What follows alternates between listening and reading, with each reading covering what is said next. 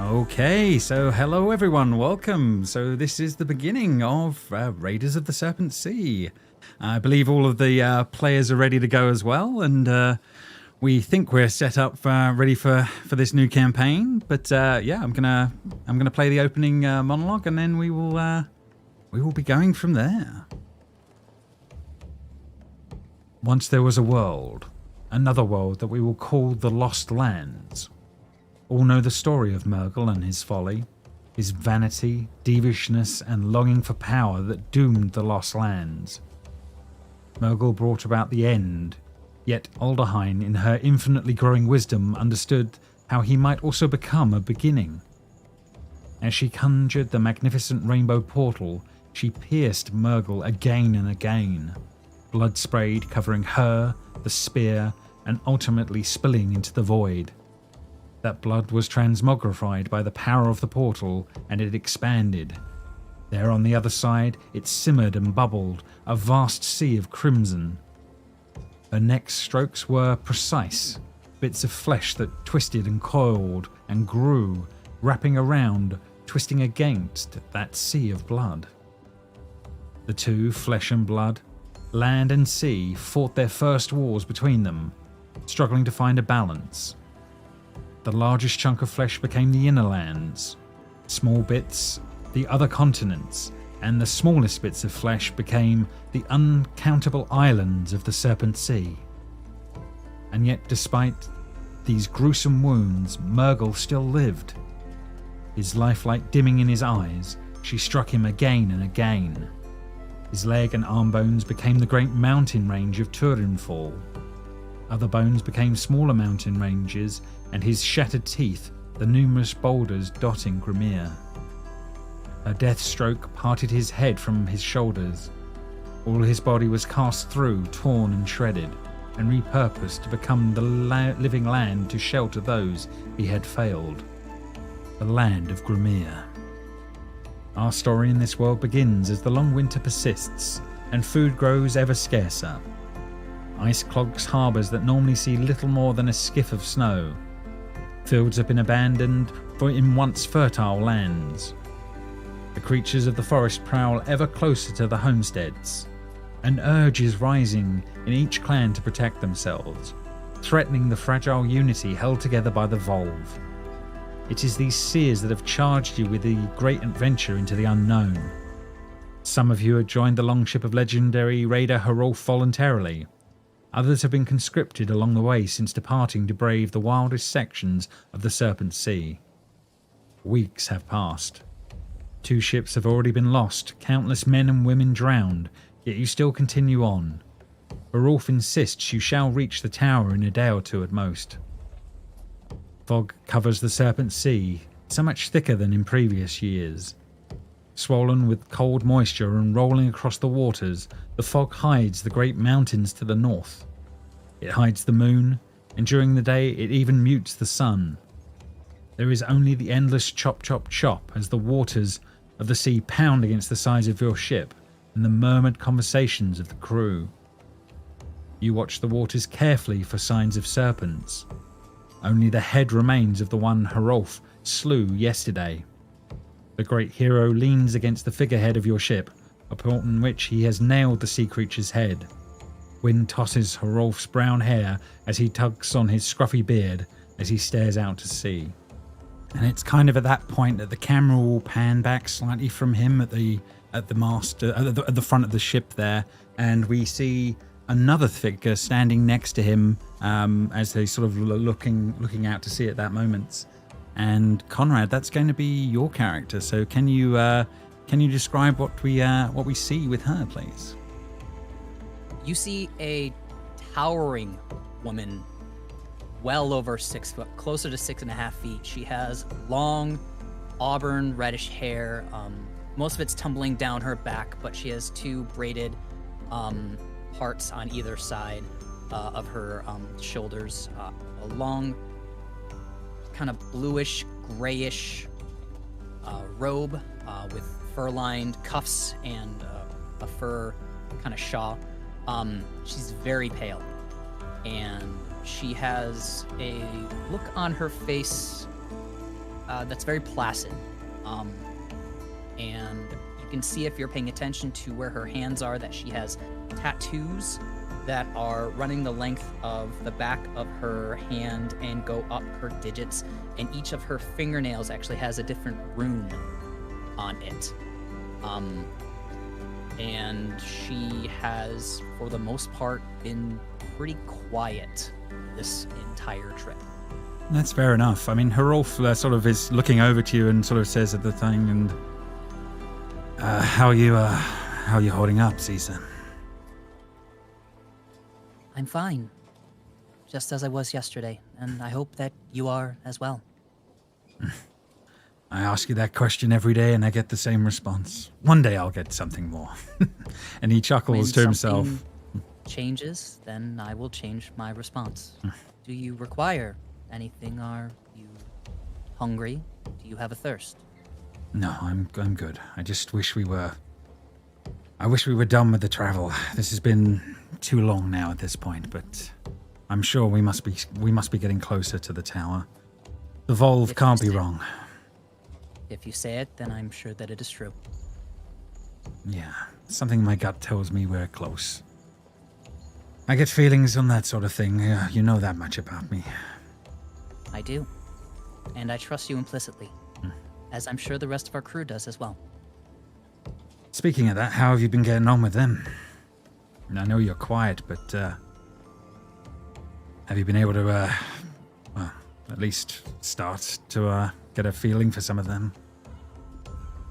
I have no opinion about any of them. The brothers are unique in that they are very different and that was from each other. Absolutely. That was a family reunion I wasn't expecting when he joined. But anyway, we shall see. And so as the camera's sort of panning there, and there's the two of you at the front of the ship, you can see flapping in the wind off of the front of the ship there is a large purple banner. It's the symbol of the Volve.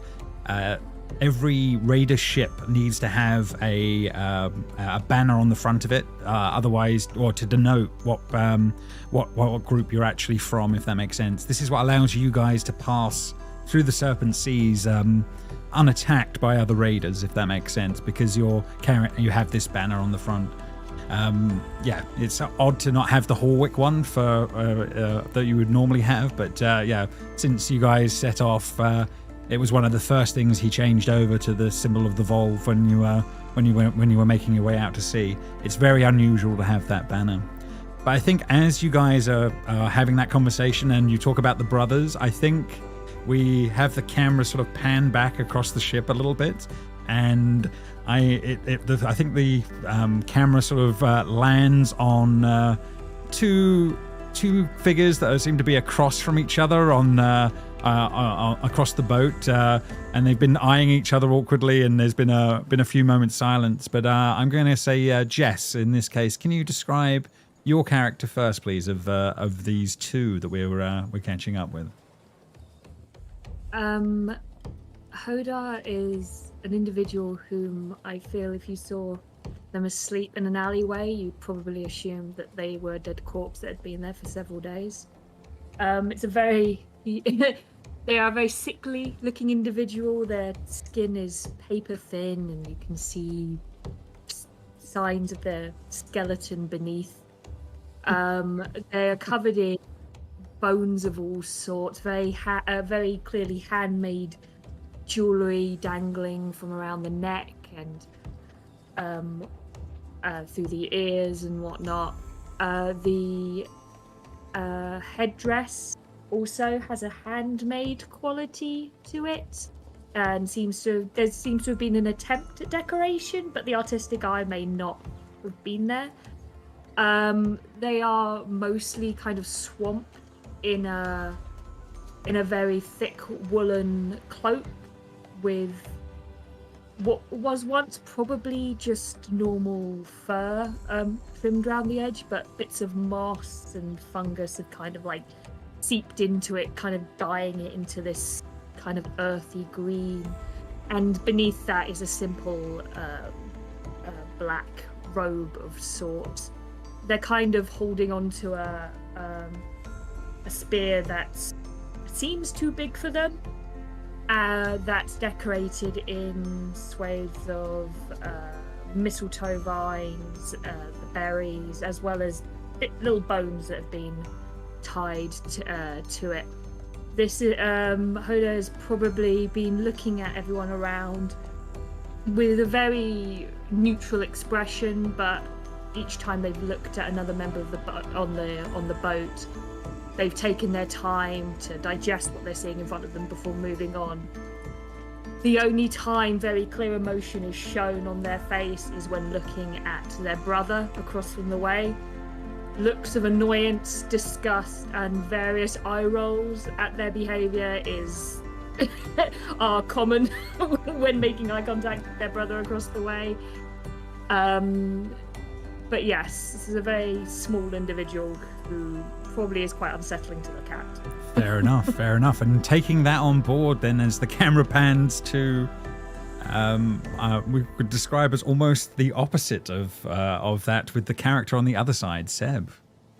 Sitting across from him, or from them, is a small man, just 5'3", but backed with muscles. He's basically like a circle when you look at him, just so much muscle packed on his small frame. He has a big beard, thick fur coat. On his side, he's carrying the standard raider's axe. Just like, however, like if you didn't know him and you looked at him, you'd think like this is like the example of a raider. That's basically what you would think. And absolutely, I mean, he may have been almost felt like he was deposited on the ship, but he has fit in quite well in the raiding category of what's been going on around him. I'm also thinking this might not have been his first rodeo on that kind of I scenario. think he has been on his fair few ships before. He's like talking to the people around him. I wouldn't worry. Like I'm here. I will protect you all. Like when I was young, I wrestled 3 grown men to the ground, and I was only 6. Trust me, we're able to do this. Okay, make me a persuasion check, please, as we see how if he has the chops to back that up in the moments. Oh, fair enough. The tall tales has definitely been a thing on that front. Can this please be Jess's character just interrupting me and just like making a snide comment about it? Absolutely, they've been constantly digging in some ways, and there's definitely been problems as this going on.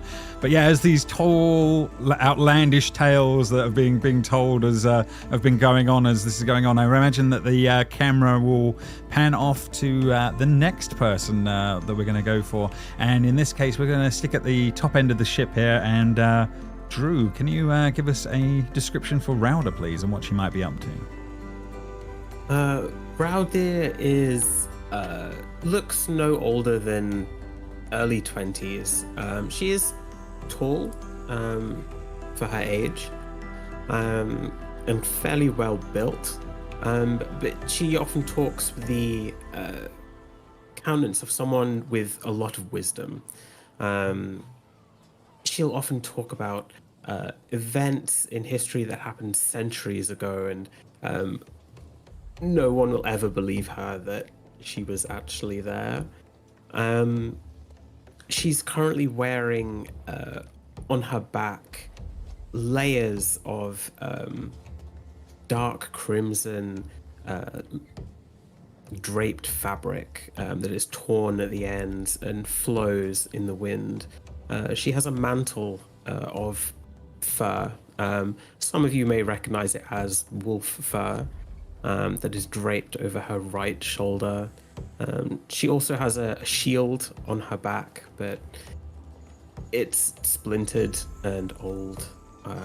Has definitely not seen use in many years. also carries a few smaller hand axes and one enormous great axe that gets a few looks, as it looks like something far too big for someone of her size.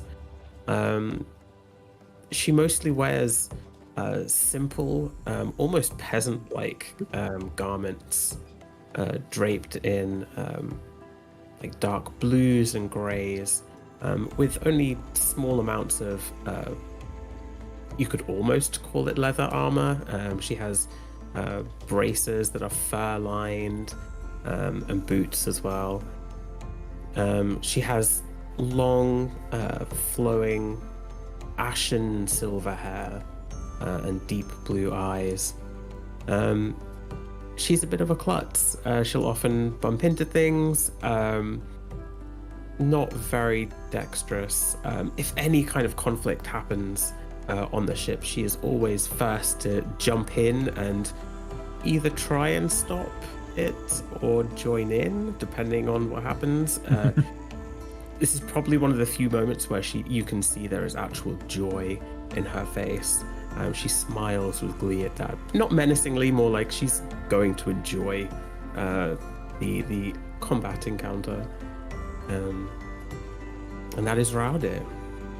Okay, thank you very much. So yes, as that's going on, then I believe things will pan back a bit further as all that is going on, and then we will pass over to Joe's character in this case, and which will be Frida. Yep. Frida will be sitting down. She would be helping out whenever she can. She'd be rowing. Even though by looking at her, you'd think she's quite intimidating, but if people initiate conversation with her, she's always super friendly, always eager to listen to any stories. So probably listened to a lot of stories of history from Rowder. Rowder, yeah, that's correct. I think that's how you pronounce it. Yeah.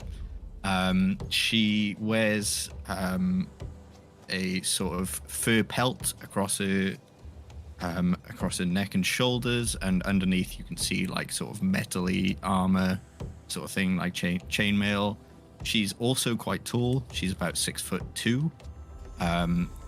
Looking at her, you probably wouldn't know her race. She is quite rare, but for the stream, she's a half orc.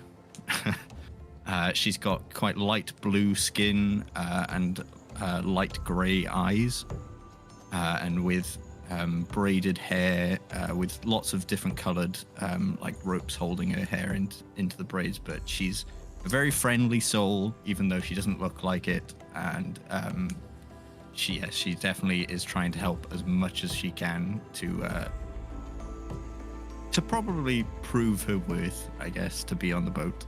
That's fair enough. She certainly proved herself capable over the days on the ship and things like that. That would certainly be true. Yeah, that is something we should address with some of these races. Orcs are a very, very rare thing in this world.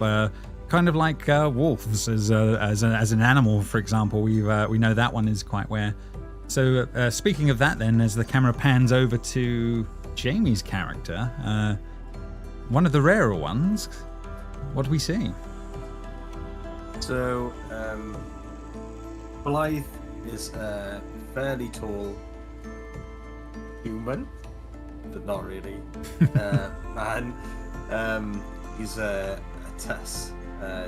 He's got a scar over his left eye, fairly recent, you would imagine. He's got, at the moment, he has fairly light purple eyes. He's got silver hair, big silver beard. He wears fur-lined cloak with some leather and chain mail armor underneath. Across his back, he's got strapped a round shield with a symbol that you have never seen before. A symbol of a wolf. Open mouth.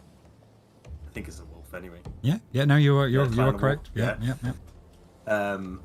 And he also has a snowy white, fairly older wolf puppy as his companion, and he's very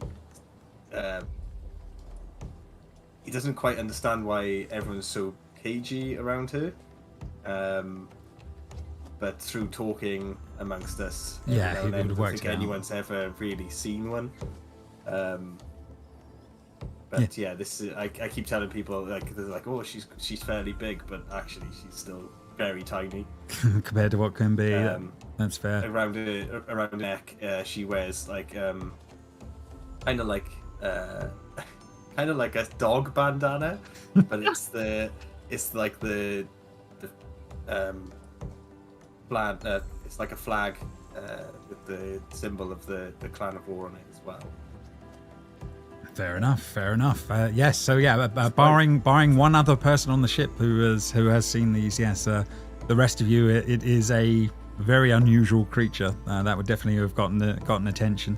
Yeah, Clan War are very secretive, and there are not many of them that get seen away from their normal land. So yeah, it is kind of unusual that Jamie's character is here. But again, Harolf has vouched for him, and he was brought on board. But there was some eye staring when that happened. But is there any sort of opening bits that you guys would want to do? Is there anything that you guys feel that you would be up to on ship and that just sets the initial scene before we sort of we get to the first initial thing? It looks like there's a storm coming in off in the distance right now as you guys are here. But for example, yeah, do the brothers converse at all, or are they forever trying to avoid each other on ship? How does that work with these two, do you think? Hoda would definitely prefer just disgusted looks and very clear eye rolls and occasional scoffs, and not to engage in conversation, especially if Boulder's keeping himself surrounded by a lot of other people in a very boisterous setting. Hoda won't go towards that, but he'll keep close enough just so that his eye rolls are within view. Yeah, Boulder would always be telling stories, would always surround himself with people, would always try to be the center of attention, because that's sort of person he is. But like in like a moment where like it's possible to sort of slip away, he'll like sort of move over towards Hoder and say something like the lines of, you know, when I'm telling my stories, you really should just like let it go. Like, shouldn't like try to put me down. It like harshens the mood of everyone. Oh, so I should just let you lie to everyone? Yes, exactly. No, I'm not gonna do that. Come on, everyone really enjoys the stories. But when you're like, oh yeah, I remember you being beat up by your 3 bullies, like it just harshens the mood, man. It's my job as a brother, you know.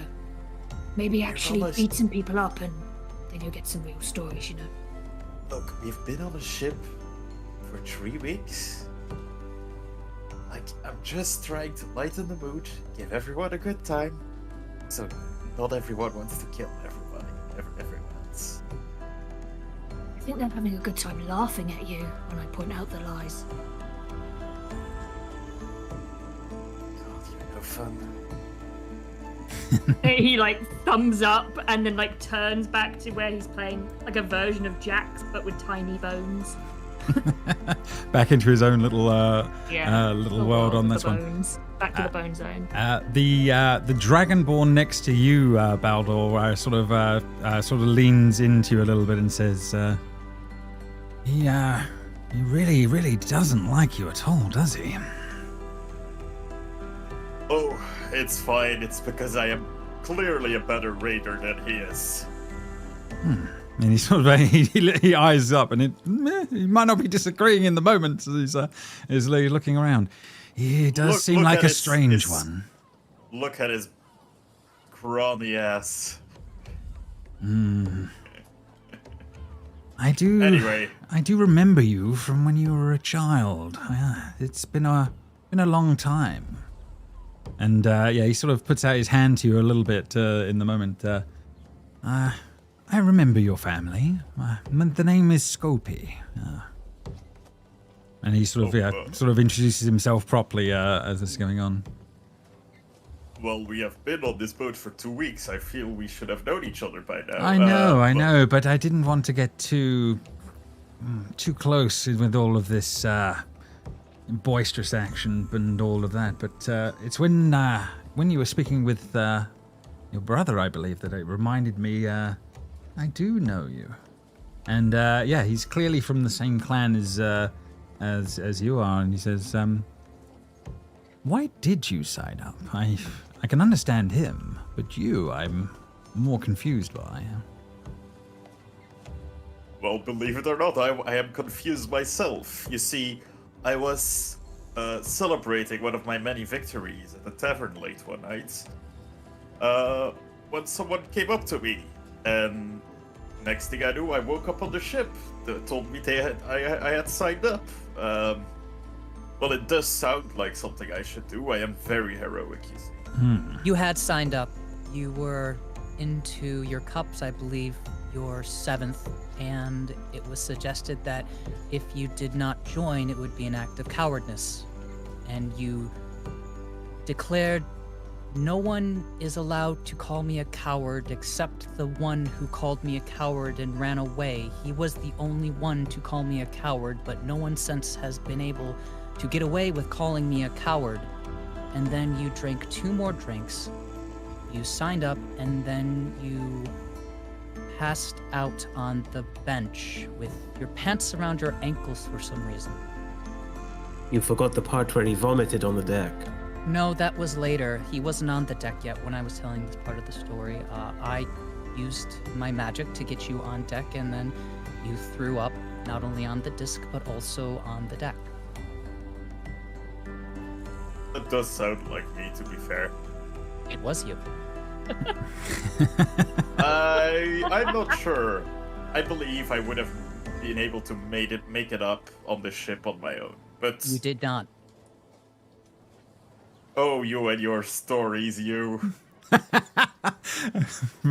Fair enough, as this continues on.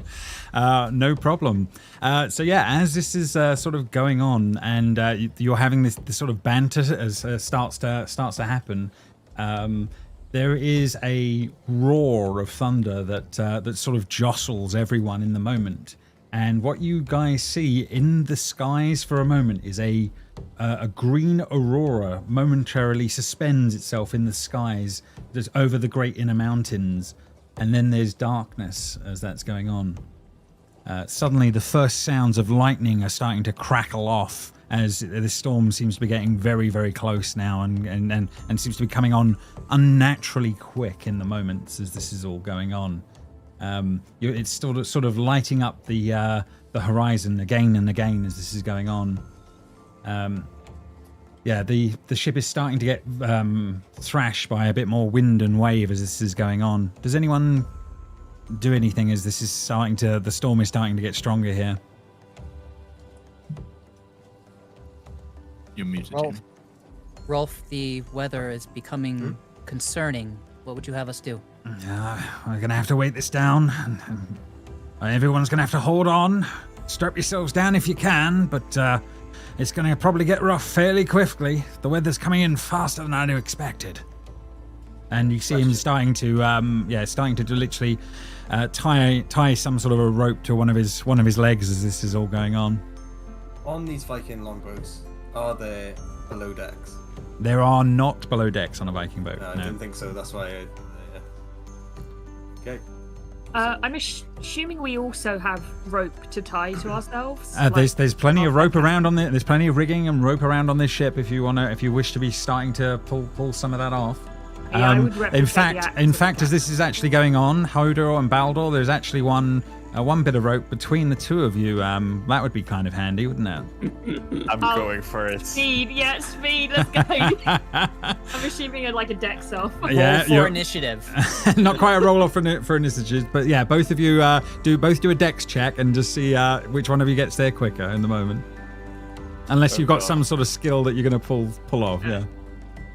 Just dex, straight up dex. We're going to go for straight up dex in this one, but you've got to beat a Well 1. tricked as soon as as this is going on. Hodor, you go for the closest piece of rope as this is going on, only to watch it be snatched up by your brother in the moments, just a little bit quicker in the seconds as you start scrambling around looking for that.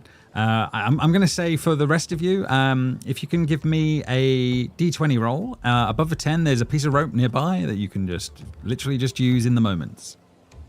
Raldir does not go for a piece of rope. She just sits on one of the benches and takes a bite out of an apple, completely nonchalantly. Fair enough. No problem. Oh god. Oh, a lot of people with not a lot of rope. Okay. Anyone else? Blythe is just ushering his wolf underneath his little seat he's on. Fair enough. I will have it that you have the bit of rope that you have there. You use to tie down your that's your that's dog. what I was going to use it for anyway. Oh, there you go. That worked out well. I'll give you that because we have to save the animals. So yeah, as that's going on, anyone else need to roll or no? I think we're pretty much there, aren't we? So that's okay. So yeah, as all this is going on, then you now start to see. The cold and the rain is sort of starting to slant in more. We're getting pummeled more and more as the ship is getting beaten in this now stronger and stronger storm. At the front of the ship, you guys watch as the symbol of the Volve on the purple banner slips, and the wind is catching it, and it is flying directly sort of down the side on the right hand side of the ship at the moment. It sort of heads off down this way. Does anyone try to do anything? Try and catch it, sure. Yeah, no problem. Yeah, you can definitely try and catch it, Frida, as this is all. He would all be going. holding on to her seat while doing it. Oh, then disadvantage on that Yes, roll, that- please, that's- on that one. So you can go for an athletics on this one. Oh, it's only rolling one again. I'll have to change that in a minute. No problem. Oh, Jesus. So yeah, as this is going on, yeah, Frida, your one hand out to try and grab the banner as it starts to fly by, but yeah, you're moments behind as this is all going on. It's in. Did Blythe see that as well? You can see it, but it is on the other side of the ship, unfortunately. Yeah. But So Blythe would just turn back and say, "Tall one, the banner." okay, fair enough. You are yelling out to Zia at the back of the ship. Yes, the tall folk that has been very, shall we say, calm at the. So she doesn't rock the boat most of the time. Yeah, she will attempt to grab it in the moments and see how she will do on that one. Let's have a look at that. So we need an athletics. 1 second. Skills, athletics. There we go. Let's see how she's going to do. She has disadvantage. Okay. Does she? Oh, I thought she'd be fine because she's so big. She is quite big, isn't she, on that front? But no, she is still half tied down in the boat. So yeah, I'm not going to give her an advantage on it in the moments, especially as she's not a player character. So yeah, as this is all going on, then yeah, you guys, two of you try to grab at the banner as it flies by, and it's at that point that the storm catches the boat horribly now as the lightning and thunder pulls you up. I'm going to need everybody to make me a dexterity acrobatics check, please. Oh, Jesus. This proper rope. The ones that are tied down with the rope, you have advantage on this. I'll ask this afterwards because then it would be metagaming if I just did it now. Oh, fucking hell. What is going on? You've Joseph, got your 2 language. ones so far. That's God damn. insane. I blame BioWare. I blame BioWare. Thank you, BioWare. Okie dokie. Well, what I would have asked would have saved me, but oh well. Well, then say I was the gonna line. say, she would have been helping with the sail and the ropes on the sail, so she would have wrapped it around her wrist while trying to help, but Okay. it's too late now. Okay. No, fair enough. I will, because I've probably cut you off a little bit. I will let you, as it's session 1. I will let you have it. Okay, on that one. So what we're looking for is those that didn't make a DC 12 on their roll.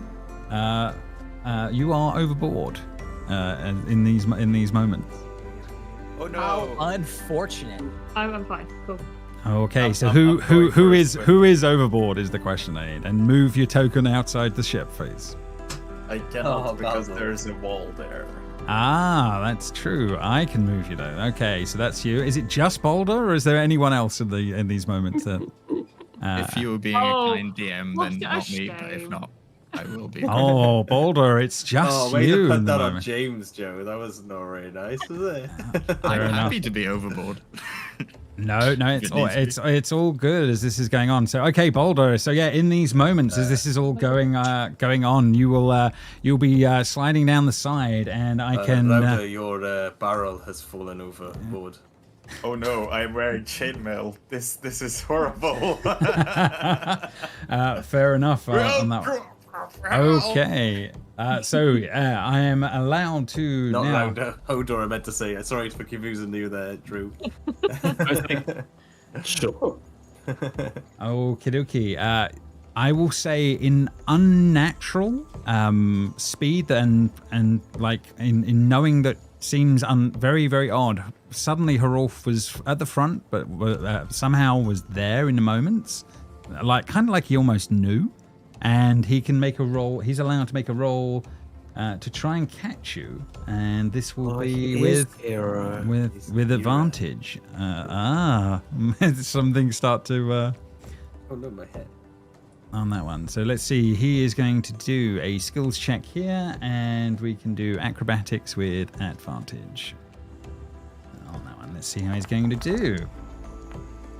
And it is just enough. So as Boulder is just as you're going over and you think you're done for good, this meaty hand is just reaching out for you and you suddenly feel, rather than falling far into the water and be gone, this giant mitt has managed to grab hold of you in the moments as this is all going on, and he's like, grab hold, come on. And he's trying to pull you up on that one. Thank you, Rolf. You're welcome. You're welcome. Now tie yourself down as much as you can, lad. We've got to keep calm now.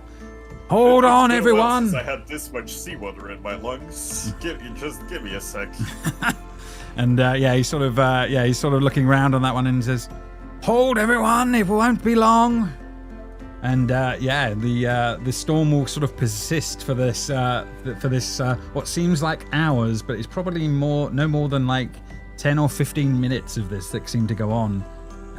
Even as the wind and the lightning start to relent, the rain still drizzles downward, offering little respite. When you guys do look out over the seas, where there were 3 ships before the storm, we end up there being literally only 2 of these actually left at that point, as yet another longship is lost to the storms as this is all going on. And it's sort of as you start to realize and assess this, Harolf is coming to the same conclusions as this is all going on. It's odd as the storm completely passes in the moments, because you see streaks again of this multicolored light filling the skies again. Greens and yellows, reds and blues of the auroras once more. Hrolf is weary looking in these moments as this all starts to pass, but his beard is matted and soaked as he smiles grimly. He then starts pulling out drinking horns, and he starts to pour a measure of mead into each of them, and starts to pass them round to those that would take them in the moments. And he says, "An offering to you, my brave friends. May fate intervene and keep you from the serpent's clutches here. Sky." Oh. And everyone, exactly, everybody, those that do sort of yell out in the moments as this is as you all grow on that one. He looks very disappointed when he realizes more about the banner, and he says that's going to cause us problems later on, but we're alive and we're through the worst of the storms at least. We'll have to replace that before we try and make the trip back. Otherwise, every ship from here to the other end of the Serpent Seas will take a liking to this ship. And so a little bit of time will pass as the storm will calm down. Hrolf kind of spends a bit of time on his own and up front as this is all sort of going on. You definitely think he is lamenting the loss of the banner, if that makes sense, in these moments as this is all going on. Lisa doesn't offer comfort, but she will reach out a hand to his soaked, matted beard and stroke it very slightly, and you will see that it suddenly becomes dry as she casts prestidigitation. And she will do that on any other part of her that got soaked, saving Balder. Fair enough. Which may or may not be the first time some of you has seen her use magic, but this does show that she is a caster, specifically a wizard. Fair enough. Yeah, certainly magic is fairly rare, so people may have seen little things over the last few weeks, but not. This is probably the biggest examples, and I feel like this isn't the first time that he's fallen overboard either. So maybe not, but this is probably the closest to being lost is on that one. Oda has a little tally that he's added to the amount of times that Balder's fallen off. Stupid. Keeps it in his robes. Fair enough. And I will give you this, that as in that case, and you have seen others that have been like an accident's about to happen or something's about to go down. Hrolf is kind of unnaturally able to be there. I think some of you would have clocked that in the over time with some of that's going on. That would not be the first example of him unnaturally being in the right place at the right time. Is certainly a truth as this is all going on. As you guys are sort of calmly, sort of some of you drinking, others doing bits and bobs as this is going on. A few of the raiders start to come up to chat with Hrolf, and they seem to be having a minor discussion about something. They appear to be from Clan Tavar, and they seem to be speaking and asking a few questions to him as that's going on. At that point, one of them pulls a knife and attempts to stab him, and we're going to attempts to stab Rolf. Correct. And we're going to be rolling. We're going to be rolling in, and we're going to see. I was just about to ask if I could speak to him as well. You may. If he survives, you may have some of that. But yeah, we're gonna all roll in as this is all going on. There's going to be one surprise round of these guys attacking him, and then you guys are going to be in properly after that. Oh, they have adjectives again. There are a few adjectives for the plain raiders. That's definitely true. Glorious. Yeah, my group have been very used to having lots of different raiders with NPCs with names that are adjective based. Yes. Did you roll another one, Joe? I did. I'm changing my dice. That's three. Yeah, but you've got to think now. You've probably got that out of the way. No, I'm not even risking it. Okay, fair enough. So as this goes on, then I'm going to have these two take their attacks first, and then after that we will see how things how things progress after that. Right, so they're going to. One of them will attack him first, and then with a 20 for a 2, and then the second one will with a 12. I believe that will possibly miss. It will miss him. Okay, so he takes 2 points of damage in this first round, and then combat will begin. And up first, I believe. Such as things are, Rowder, you are the first to kind of react, realizing what is going on in the moments as this is all happening. With uncharacteristically quick reflexes, you see she immediately reaches for the large great axe. And I would like to bonus action rage. Oh, okay, yeah, go for it. Yeah, it is your turn. You do what barbarians do. And then I shall attack. And yeah, these first two up here are the main ones that are doing things right now.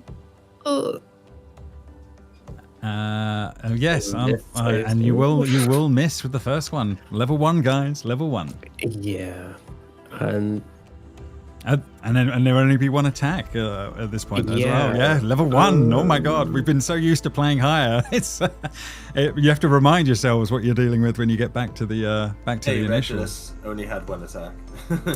that is true. Fair. But yeah, if there's nothing else, you bonus action. Are you moving? I suppose maybe not. I can't really move. No. No. Okay, so that is officially all that done.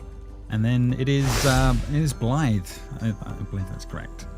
Where you go? Blythe will just run over and try to grab this one. Okay, no problem. You can definitely grab the third one there. Rowder, what? Don't try and kill them. Why not? We've been on here for so long with them. So you're going to do a contested strength check, I'm sorry. Yes, so athletics, yeah. Okay, they're going to just use strength in this case. Let's see how he's going to do. Oh, you got to be an 8. Come on. Okay, you have officially grappled this one in the moments. That is no problem. I got 10 foot of movement left, so can I drag? You can half movement. You can 5 feet, definitely yeah. You can definitely do a bit of that as you drag this one back. As he's he was. What's got over you? Why are you acting like this? As he's trying to force against you as this is all going on. Next on the list, there will be Runa. She will react in the moments, jumping up, and she will attempt to clock the one you've grabbed, Jamie, on the head, and see how she's going to do. And with an 18, she does clock him quite nicely on that one. Doesn't knock him out, but certainly does do a pretty hefty blow in the moments. Next on the list, Hoda, it's round to you. Hoda is going to attempt to knock the knees of the one next to him with his spear. Okay, fair enough. Yeah.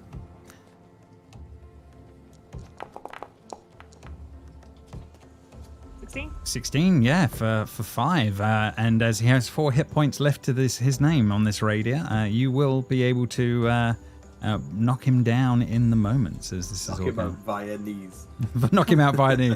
I think the way is you swipe the knees out so badly, unless you're going for lethal, that would be. No, it would. It would be knock the knees out. So you probably hear a bit of a crunch from the bones cracking, which is my kind of shtick.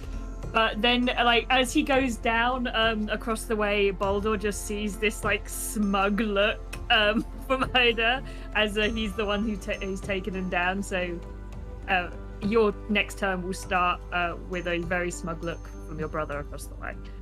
Fair enough. And speaking of that, we come through to the next on the list, which will be Baldur.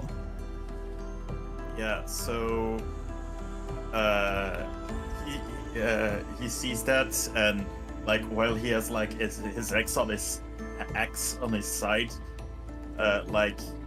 he's really more of a brawler. So Like he jumps up, runs in, and just like tries to uppercut the one, this one. No Okay, problem. On that side, well, go for the uppercut. I think this is the one. God, I'm rolling terribly. Oh, okay. Maybe then with slightly too much mead in his system, he will miss in the moment. Yeah. And yeah, you don't know where the voice comes from, but you just hear so sloppy. And with that, we move on to the next one, which will be one of these raiders, I believe. It is their turn, and they will attempt to attack Karolf and see how they're going to get on. Let's see what he does in the moment. And a 10. This one will be pretty useless in the moment, bringing us to the other one, who will attempt to do the same thing. Let's see how he's going to do. And we're a 17 for 7 this time, so we will catch him much more with that one. Okay, so yeah, Rolf is definitely taking some hits, but is still ticking at the moment. And that one is out of the equation, so we are moving straight to Issa. Zisa sees these two attacking and doesn't react as quickly, mostly because usually Hrolf would not be hit by such blows. From Yeah, he definitely what seems she to have knows got of caught him off guard. Yes. Yeah, but she sees this, and one stabs him, the other one stabs him. Balder, you see her reach into her sleeve and take out a tiny chunk, and she pops it in her mouth, and then she strokes down her throat where you see a tattoo. She gulps once and goes, and she's going to cast Tasha's Caustic Brew Oof. at both of these schmucks. Damn. Okay. So they take 2 acid damage, but it stays on them for the duration. Okay, fair enough. Well, let's see. We'll do 2 deck saves in the moment. Let's see how they're going to do. First one does pretty well. Second one is a massive fail on that one. Okay. So the second one is going to have that on them for the duration and will continue to take damage until they take a turn to scrape it off. Okay, fair enough. Fair enough. That is all good. That is. I think the other one doesn't, to my knowledge, take any damage. It might be a saber sock. Fair enough. Fair enough. Well, have a look and see what you can find, and we'll see how that all. Yeah, all no plays mention on half damage on a success. So the other one is covered in acid. The one I think directly in front of me is not. Maybe he ducked out of the way in time. No His problem. buddy got the brunt of it. No problem. Aaron, one of them that some of you have already met before as well. He is from the same clan as them, and he is like shocked in the moment and is running up and will be attempting to try and grapple one of these and see how he does. And obviously he will have to pull out the space afterwards, so we'll see how he does. Checks, and This guy's mustache is glorious, by the way. he does have a glorious mustache in the moment. So we can attempt to grapple this one. Let's see how he's going to do. Let's see on that one. He will be able to grapple and be able to pull this one back over this way, and he will be officially grappled. Okay. What are you doing, you fool? As this is all going on. And that is officially him done. Scopy will be watching on as this is all going on, and he will have no qualms in going up and bashing the other one on the head, and will miss. And he's like, "Whoops!" As with a lot of these on that one. So fair enough. Level one. Bringing us to Rolf's turn in the moment. He will be able to turn on this one and he's like, "You traitors! And he will... I think he's going to Warhammer, I think. Let's see how he's going to do on that one. A 12 on a Raider is enough and does 9 damage in the moment on that one. And then will, I believe, multi-attack. And with 2 strong swipes and 2 strong attacks, he literally takes this guy out in 2 moves, and just sort of lets out a roar of anger as this is all kind of going on in the moment. As he sort of looks around and he says, "One left, get him." Does he kill him? Yeah, he literally took that guy out. Yeah, in moments. Yeah. You don't traitor the captain of a ship. Yeah, in the moment. Bringing us to the bottom end of the turn order.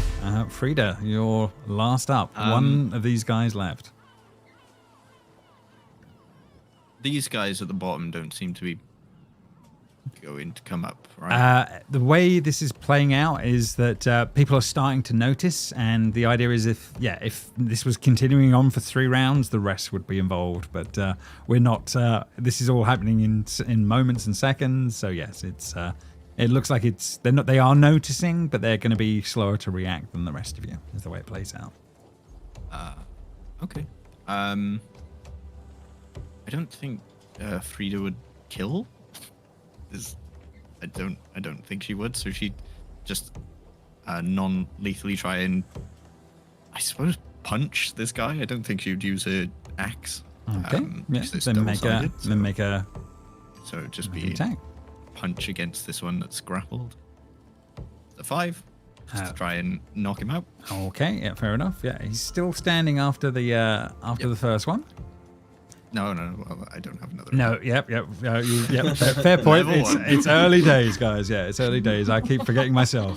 Bringing us back to the top of the turn order. Rowder, round to you.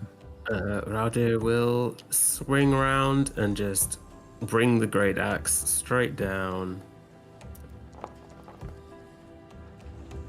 There's an additional 2 damage for the rage. Okay, fair enough. He had 7 hit points. Is that lethal or non-lethal? I'm assuming it's... Oh, lethal, 100%. Yeah, 100%. Looks like it already added the 2 damage, I think. The rage is She had less hit points than that anyway. Hopefully, if it did do the extra, that's great on that front. Let's have a look at the... Yeah, there's an extra +2 on that damage. So yeah, that's pretty good. So there you go. As the last of these guys, 2 dead for certain, and 1 that's been knocked out would be the best way of putting it right now. But yes, you will be coming out of the combat, and as this is all going on, what the hell was all that about? I don't know. Is one of them still alive? They were talking to you, weren't they? Talking. So that was really well. They were asking questions about how long before we would arrive, but yeah, then one of them just pulled a blade on me. And yeah, he is incredibly pissed off with all of this. Is probably the best way of putting it. Do we know what clan they've come from? Yes, they would be the same clan as this guy. Clan Tavar is the clan that they're on on that one. Is the last one of them still alive? As they sort of looking at Hodor and as this is going on. Yeah. Shall I put him down now? Yeah, we'll try and wake him up. Anyone can bring him round for questions, before we chuck him over the side. You never ever break the oath on a ship. And he seems to be looking around like, is there anyone else that's sort of questioning him in the moment? And he does give a hard look to Aaron, looking over at him basically because he's on the same clan, and they stare eye to eye at each other, and he just says, "I don't know what was going on with them. I barely knew them, sir." And he sort of looks at him and nods in the moment for a little bit, but he takes that for now. And We've been on the sea for so long, maybe they just lost their senses. well, let's see if can anyone bring that one round, and we ask him Is that, questions, like, or we just gotta wait. shaking him about, just like Yeah. I'm gonna say it will take a while if you've got nothing that you're gonna offer up to try and bring him round. Let's put it that way. Can I find a bucket on the ship and get some water and chuck it over his face? See if that Absolutely, It'd be absolutely. freezing cold. Cold. I imagine. Fair enough. I think for expediency's sake, I'm gonna let that have the effect as he sort of comes Whilst round. Everyone's faffing with getting this guy up. Because Hoda's a little freak, he will rip a tooth out of the dead one next to him and just pop it in his pocket. Fair enough. Like fair enough. bones. Do you then chuck does the body then go over the side, or? If someone else moves it, he's not going to be able to lift the body, but he just wants the tooth. Yeah, Frida would, after doing the bucket, would try and help clean up as much. Just situation. a question: if we would throwing bodies overboard attract any unwanted sea creatures Possibly. to us? Possibly. Yeah, I mean, there are serpents in the seas. You know that much. That's certainly true. We're It's right traveling there in quite the fast. name. But you are moving. Yeah, you're not stationary. Yeah, that is also true. yes, if we keep them on board as well, they could attract other stuff too, and smell. Exactly. Fair enough. So it sounds like you guys do chuck the other two over the sides as this is all going on, and you guys will wake that guy up, and basically the way it kind of plays out for a little bit is he's being very, very stubborn, shall we say, is the best way of putting it, as this is all going on. During that, can Zisa put a hand on Rolf's shoulder and say, "Can I speak to him?" If you think you can get anything out of him, Isa, yeah, sure. So Zisa will walk up to this dude, grip the crystal that she has around her neck, and just look at him and cast Charm Person. Okay. He attempts to spit in your face as he thinks you're casting something, but you go for it in the moment as that's going on. Right, 1 second. So we are going for a save. We're going to go for a wisdom. As this goes on, then he looks to go to try, and then the eyes sort of glaze over as this is going on. She reaches out and caresses his cheek, and her demeanor completely changes. She's been standing pretty tall, shoulders back, but now she softens her stance a little bit to become much more feminine and much more alluring. And she just says, "Raider, why have you decided to turn on our leader? Do you think you could do better? Do you think you're stronger? Do you think you're more capable? Do you think that you are a better man than Rolf? Why would you turn on him so?" Well, we were paid to. I remember we were paid to. It was a lot of coin. You received Good money. coin. Yeah. Who provided you your payment? Was it a lot? Enough for a long time of drinking, yeah. Would have kept us going through the hard winter for a long, long while. Winters can be quite cruel. Who paid you? And that's when the confusion sets in on his face, and he looks. I don't know. I know I was paid.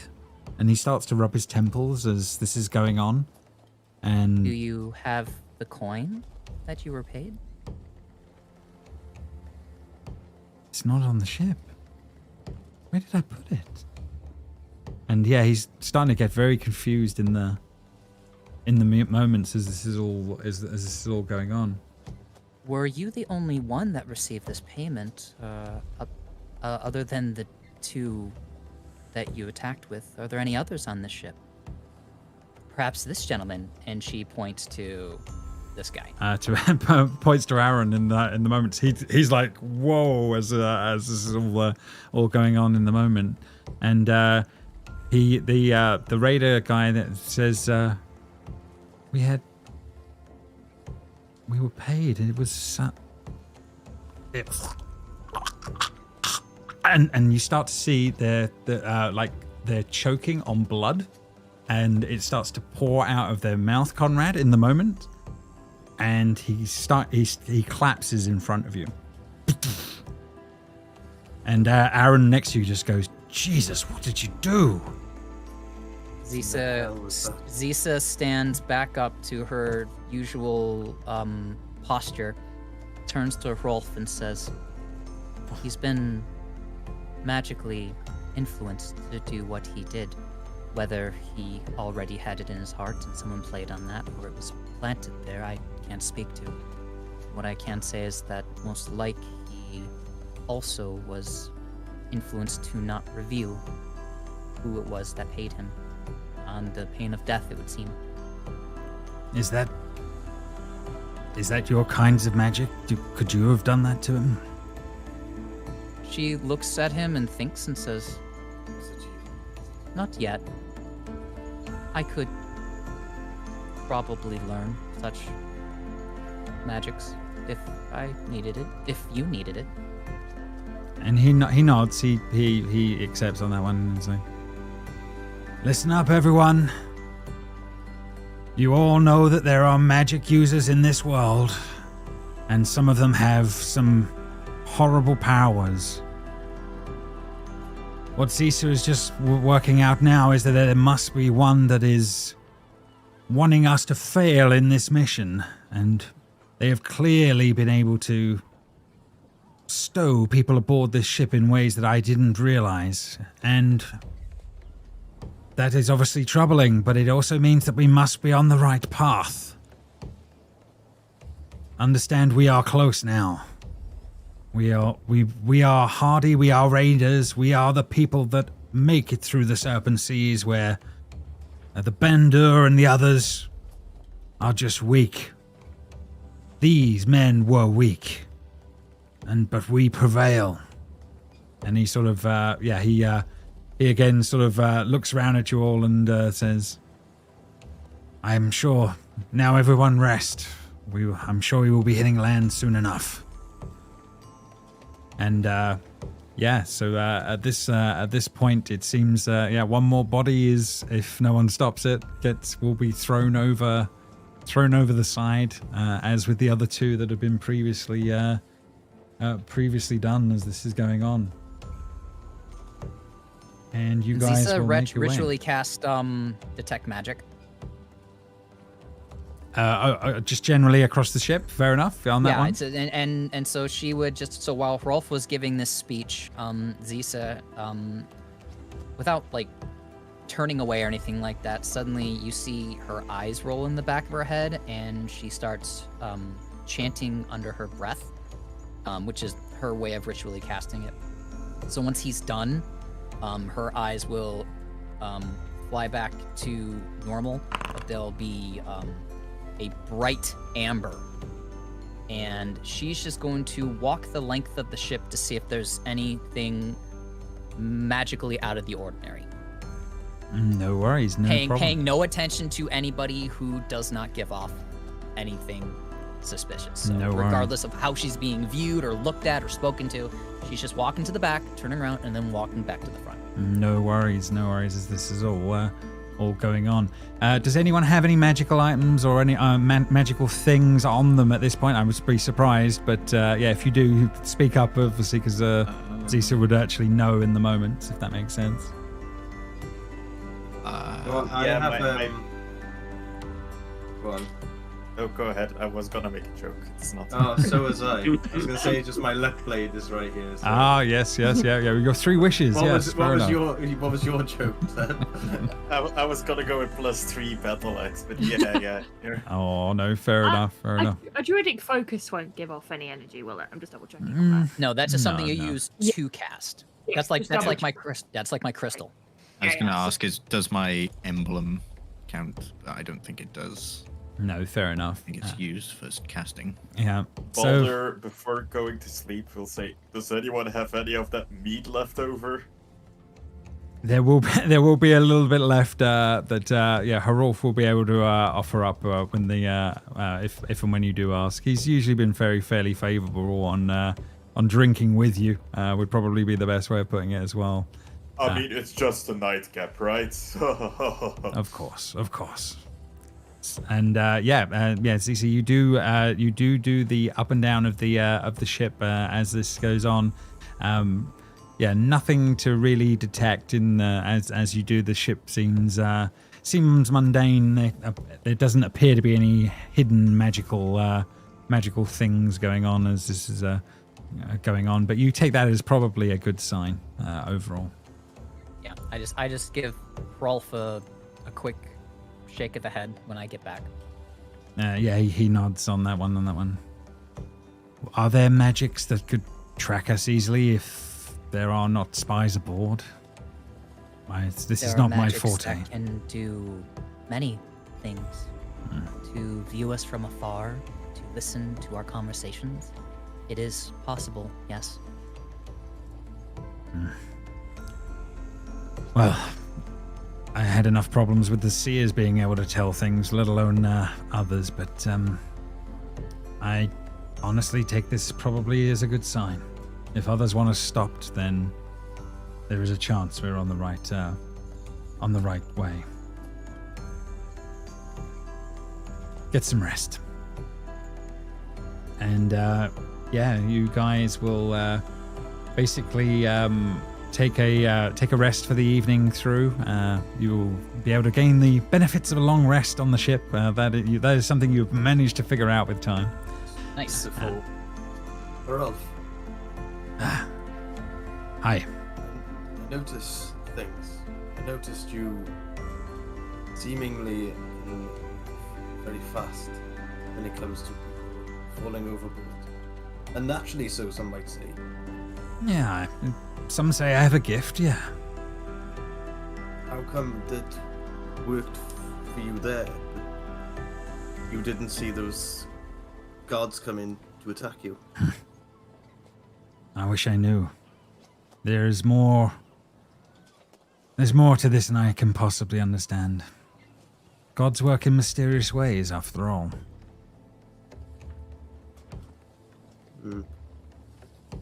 Okay. Keep your secrets. And I just wander off and have a sleep, I guess. He fair enough. Yeah, no, Harolf sort of eyes you as you wander off, and on that one sort of quietly watches you as you head off back to the space as that goes on. It is the next morning when land is kind of spotted. Go ahead. I must roll a d20 every time I sleep. Fair enough. Go ahead. I am safe this night.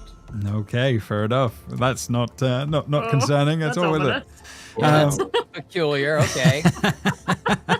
As this is all going on, but yes, what we will have is that yes, you guys will be able to take your long rest, no problems, and the next morning, land is sighted, and it is a very lava rocky coastline that appears before you all, and the sight of a very, very, very strange place would be the next thing on the list, as I will bring it into view for you all, as a strange tower of sorts can be seen on the horizon, and yeah, your little ship compared to it will be starting to pull up nearby, and you guys will be sort of slowly but surely making your way out onto the beach on the actual side of this rocky sort of lava rock space as this is all kind of going on, and Herolf is just sort of taking it in. Going bananas because obviously she's been cooped up on this ship. Oh yeah, the feeling of actually finally being able to be free of It's like calm down. of that kind of thing is definitely going to be true. But yeah, you guys at the crew start to slowly but surely are starting to make a quick encampment as all this is going on. And yeah, we will take a very, very quick break for a quick drink, and then we will return for dealing with whatever this tower is as this is going on. So we will have a quick break now.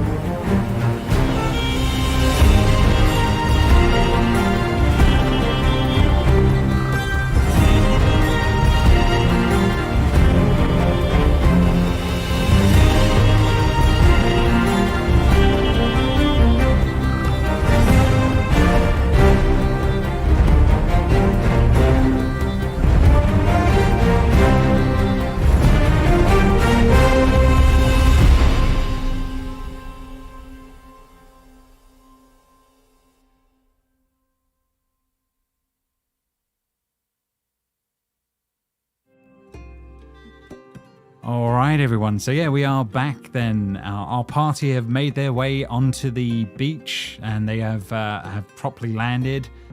Some of the crew are now starting to bring out a few supplies and tie the ship down, along with the other one that sails up fairly swiftly behind you, as you guys have been taking in the view of that giant tower not far off. And Harolf is basically saying, "What did I say? They're never wrong. There it is. Looks kind of creepy," he says in the moment. And yeah, it's really, really odd. It's like this tower that has been like partially submerged in sharp black lava rock that seems to coat most of the beach as this is going on. There seems to be about 60 feet of the building that still rises above. But it's like no structure any of you have ever seen. You're used to like Viking longhouses and things like that. This is way out of left field compared to most of you on that one. Apart from Frida, you vague memories of stone buildings in your past, but yeah, it's Very still vague. Yeah, very vague indeed. But yeah, but even so, yeah, this is still very even left field for even. Left field for even that. There appears to be some windows on an upper level, but it's hard to very determine. Possibly some sort of a balcony that seems to be full of rubble. There is a large sort of gash in the southern wall with rock and debris that seem to be flowing into the tower. Otherwise, the lava field extends to the south and to the east, with hills far off in the distance in that direction. There's a trace of snow on the wind, but the ground itself is warm enough, and it melts shortly after falling as this is all going on. Rolf says, most of the men need to make sure that the boats are secured, but I'm assuming most of you will be with me, as he's looking around at your group, and then... he also will ask for Aaron and Scopy to also join you guys as this is all going on, as he lets others start to mount off the ships and start preparing a camp as this is all going on. Who would build something so big? Yeah, Hopefully wasteful. horrible shape as well. It's got none of the signs of home. I don't recognize any of it. What is think even it's the quite roof made beautiful. out of? The roof is made out of some sort of stone. Very strange. Very strange. And yeah, he's definitely very surprised by that as this is all going on. But yeah, you guys slowly but surely will start making your way towards the tower, and we will go to the next map. I'm assuming, Jamie, in this case that your wolf will be kind of, we'll say it's alongside, if that makes sense. You're not leaving it behind at the ship, is what I'm getting at. No. It would be definitely be with you as this is all going on. Yeah, you can see the large tower up ahead, and yeah, you can already start to see that there is some sort of a crack or a space in one side of the building a bit further down as you guys get closer to this ginormous building. I mean, this is it. This dwarfs even kind of like the largest of the long halls that are in Holwick, and they're quite large. Some of those are pretty large buildings back there on that front. But yeah, this is very different in construction as all that's kind of going on. Harolf will start leading you guys forward, and there seems to be some sort of an entrance. Keep up. James, I still don't have vision. You still don't have vision. Okay. Fair enough. Let's try. I didn't want to interrupt. That's okay. That's okay. Let's see if... Boris is drunk. He can't see. No problem. Does that improve things now? I still don't see anything. I literally just did what we did previously to drag your character in. So if you try reloading now and see how you get on. As the rest of them will be following up as this is all going on.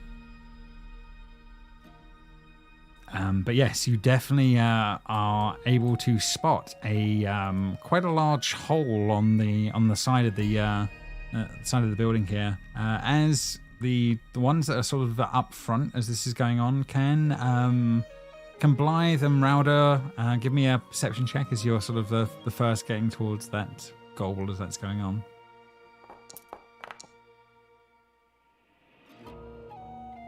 And it still says I do not own it.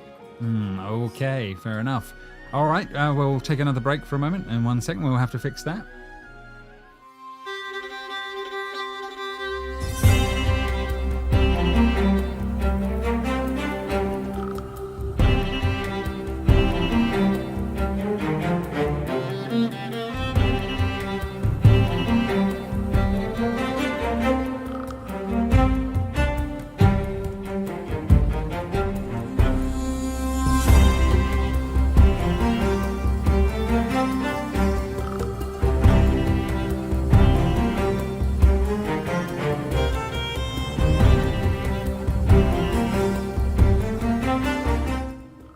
Okay, so yeah, we're back. As you guys are getting close and you make the initial protection checks as this is going on, Blythe, you kind of think it kind of looks like someone has had although there's a lot of debris that's going on here, and with some of this, you definitely do think that someone may well have done a little bit of excavating to try and get into the space as this is all sort of going on. Be careful, it looks like somebody's actually got in here somewhere. You can see a dim glow on the inside of the space as well, which is kind of strange. There's something glowing inside. Okay, fair enough. So you guys, well, Harolf won't be hanging about. He will definitely be making his way inside as this is going on, and start looking around. I'm right behind him. No problem. Are we sure it is safe? Perhaps one of us should go ahead and check. We're all in here. He's literally saying that, and as he's 2 steps behind. I like that. We'll take that in the moment as all this is going on.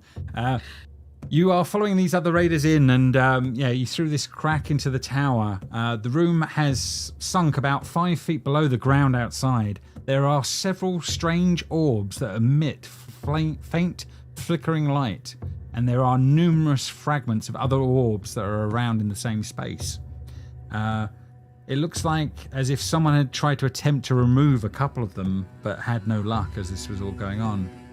There's also a fair bit of small and medium-sized black rock that seems to be covering the floor and seems to have blown in from outside. A few of the inner walls seem to have collapsed in this space. As you're kind of looking around, blocking a couple of the doorways from what you can see. And Harolf is sort of looking over, and there definitely looks like there's a doorway of some description buried under here from what I can see. And he starts sort of calling for Aaron and Scopy to come and start helping with starting to move some of this rock. It's heavy stuff. There seems to be a lot of it. This appears to be like this will take a while, but he says there's definitely something beyond this. Whilst they're doing that, I would like to sleight of hand mold earth to sort of make it easier for them moving the rubble away. Fair enough. I don't think it can work on worked stone, as far as I'm aware. It does say or stone. Worked stone? I think there might be some rules on earth. Might be natural.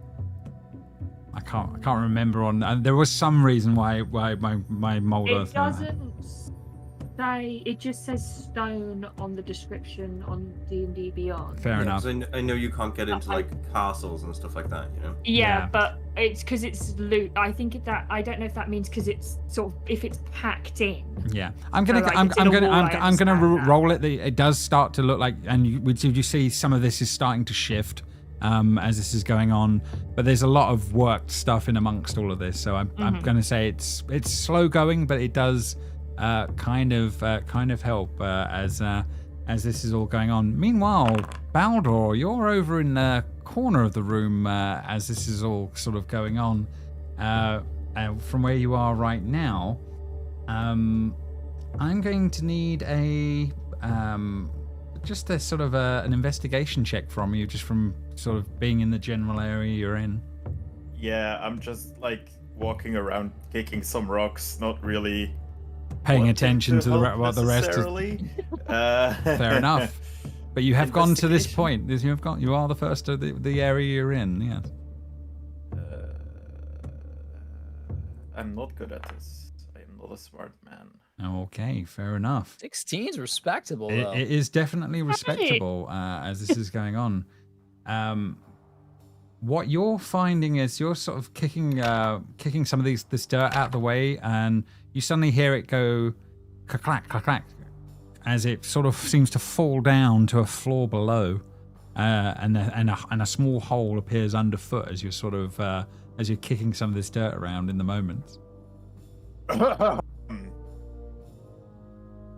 Ladies and gentlemen, I believe I have found the entrance to the tower. And most of these people look round at you in the moment. What you found, Baldur? My genius has uncovered this hidden room. I believe this will lead us further into the tower, much faster than whatever you guys were doing there with, like, the stone and the rubble. And the guy says, well, okay, you some of these guys continue on trying to get through this, figure out this door here and the rubble here. Why don't you guys start pulling up and taking a look? As he sort of yells over in the moment. And I imagine Baldur starts to clear with Frida's help as this is going on. And there is another floor about 20-ish to 30 feet below. There is a hole there, and as you start to clear more out, more collapses away, and there appears to be a way down. There's certainly it's dark down there in the moment, but it's certainly there certainly is something down there. But how would you guys proceed, I suppose, will be the question. Is the floor viewable? It's certainly Is the floor lava? The floor definitely isn't lava. It is pretty dark, but there is faint flickering light that can be seen. There's definitely a floor there, and it seems to be solid from what you can see. Distance? About 25 feet down. So they'd like slap not Seb. What's your character's name, Seb? Baldur. Oh, Baldur. Slap him on the back and go, well, you found it. And sort of just gesture down the hole. After you. Oh, I am not. Well, while I am very brave, and I would definitely be the best person. I jumped down. Fair enough. Bear with me 2 seconds. I will give you your teleport. 1 second. Hopefully the teleports are still working. As I'll give you the arrow, and you can jump in as you see fit. Oh, look at that. There we go. As he jumps down, Baldur following fairly swiftly after in the moment. I didn't want to go that soon. Peer pressure. Fair enough. If everyone else wants to jump down just so we can see the scene a little easier, I think that will be handy. Does Harolf tell Zisa to go with them? Yeah, he will sort of nod, and he said, "I'll keep these guys working here." But yeah, keep with them. And without any hesitation, she goes. Is Zisa a Wicca person? You don't know. I don't. As this is going on, I just realised. You guys have jumped down into a large, unnatural cavern about 20 feet wide in radius, and it opens up around you. The only obvious exit is a tall hallway on the west. There seems to be some sort of a space over on that side. Beyond it, there is the sound of squealing of dozens, if not hundreds, of creatures. The sounds of squealing of small creatures seems to be something you can hear coming through the walls in this space as you're down here. A little disconcerting. Right, piglet squeals? No, much smaller than that. But lots and lots of Smaller than piglets? smaller than Oh. piglets on that one. No, Spiders, some of is you it? would go with the idea of the sounds of rats. Oh. Cute. Gotta love them little rats. Zisa was doing this upstairs. She'll do it down here too. Can she make like an Arcana check on these orbs just to kind of see how they work? Absolutely, no problem. Make an Arcana check.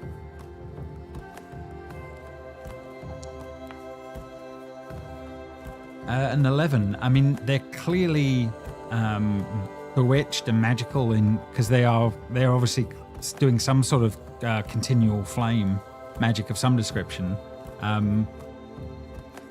Yeah, I mean, the fact that whatever this place is, you don't know how long it's been here, but it's clearly been a while. So it is kind of interesting that these orbs are, still lit in that respect. Clearly, making sure it's magical. But yeah, you think continual flame is what the best thing you can think of. Hoda would also probably do an Arcana check, but wouldn't do it with Caesar. Don't know. Okay, yeah, fair enough. Yeah, go for it. You can do an Arcana as well. 24. Yeah, you think that they are, clearly magical in the thing, but you also think that they partly work because of the space they're in. You don't think, unlike like others, you don't think these would work well once they were removed from this place, if that makes sense. You're pretty sure that you're onto something magical about this place is powering them overall. Hoda wouldn't say that to anyone. No, this is what. Yeah, but this is what he's getting in the moment as this is going on. And Are there any like tracks or anything?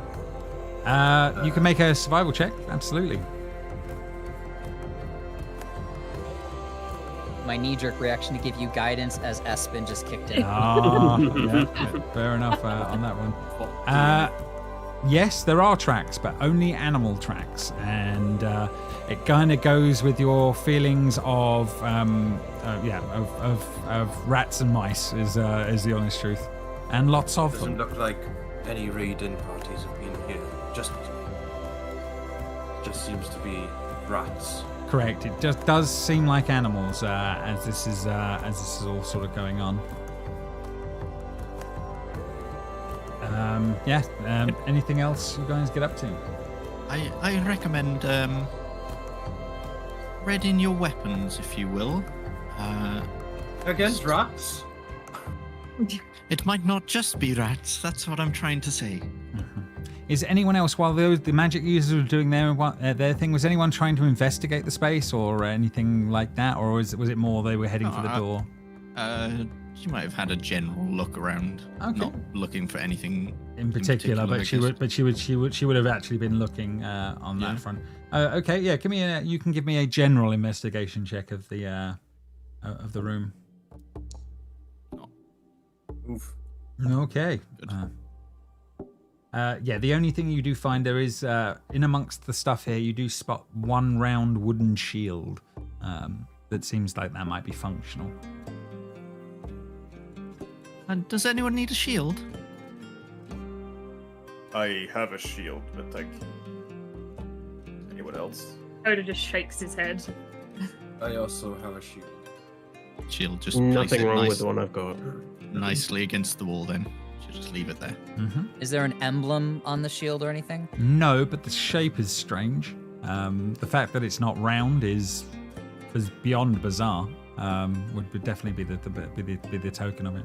You've never seen sort of shaped, angled shields, if that makes sense. Not Does seen this anything look like it that. would have come from like the western shores or the eastern stretch or the high north or anything like that? No, not that you think of that one. You've never seen anything like that, if that makes sense. I suppose that is functional, but not of a kind of shield I've ever seen. Wouldn't work very well with my fighting style. Fair enough. All But yeah, those angles would just get in the way, surely. Yes, it is not a very practical shape. fair. Okay, yeah, but Rowder, yeah, you do seem to be making your way towards what seems to be the only door. It seems like a proper door as you're looking there. I will try the door. No problem. As you do, the door will open, no problem, as this is going on, revealing on the other side a irregularly shaped room that seems to have more doors off to the actual sort of north end of things here, and also off to the far end, another one off and going to the north. It seems like there are shelves full of broken jars and shredded baskets. The room is dank, has a sort of a slightly festering odor to it, and there are layers and layers of filth on both the floors and the shelves. Yeah, you can still hear, I think even more so as you guys sort of make your way in here, the sound from over here of far more of that rat screeching seems to be going on as all that is going on. Zisa, as you make your way over to the tables over on that side, the jostle of the chair that is there is sort of, it's slightly moved as something backs under the table further. As that goes on, you hear a sort of screech and a... You all see Zisa go from being this like tall stoic figure to a very low crouch for her height, and she immediately backs to here. And can I see underneath the table? Absolutely, yeah. As you do, what is revealed is a child. Underneath the desk, there is a little face. She sort of looks out, and she sort of looks at you and says, "Hello." Zisa stands up to her height again, and her head slightly tilted to the side and says, "You are a child." It's not actually Gordon, is it? Yeah. She sort of looks quizzically on that one, and she says, "Did you have to come past the rats?" She sort of looks, sort of looking at you all sort of quizzically as this is all going on. No, but how did you get down here? Why are you down here? I've been stuck here for the last day or so. I don't know. I don't know what's been going on. I've just been trying to lay low and keep away from the rats. You're the first people I've seen, and you're very strangely dressed. She sort of looks at you all in the moment on that one. We're all kind of like dressed pretty much exactly the same, right? Yeah, how is she dressed? You're in very obviously Raider-esque styles. So yes, you're very very similar stuff going on there on that one. Very odd materials that she's wearing. Quite a shall we say a deep sort of purple coloured dress of some description. Very strange look compared to what you guys are wearing as this is all going on. And she just says, "Are you is there a way out now? I didn't find a way out. How did you get in?" Oh, how is the wolf reacting to this spiel? Sorry, say again. You know, like animals have like instincts. Yeah. If you let me play it in the moment, I will say, Blythe, that your wolf will sort of make its way over to her and sniff her for a moment, and then licks her face. Aww. She seems okay. She says, I haven't seen a dog in so long. And she sort of grabs around it for a moment and sort of gives it scritches, like she's seen these things before. That is not a dog. That is what we have been told is a wolf. A wolf is a dog. They're like the same thing, basically. It's neither here nor there. It's okay. What I'm concerned with is how you know. Nobody else seems to know what my companion is. So there are dogs at home. I have one. I like literally look around to everyone like, see, it's not that uncommon. And yeah, she's basically just giving it scritches and all the dog petting kind of things that you would expect are kind of happening right now with her as she's sort of like smiling at that. Where is home for you? Are you from one of the Bender kingdoms? The what? Bender? Sorry, I don't know how to say that. Bendur, yes, it's close. Bendur. It's close. Yeah, Bendur. She says, "No, I don't know what that. I don't know what that is.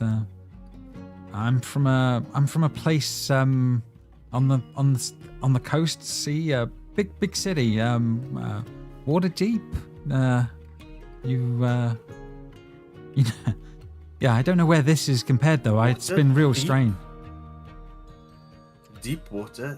Is it a raft town? Do you live in the sea? No. Can you breathe underwater, Next child? Huh? No. I just live by the sea. I don't live on it. What clan do you belong to? No. I mean, my father said he was part of a guild. Is that kind of what you mean? He was part of the Merchants Guild? No, I don't mean that at all. Okay. Child, you must have hit your head.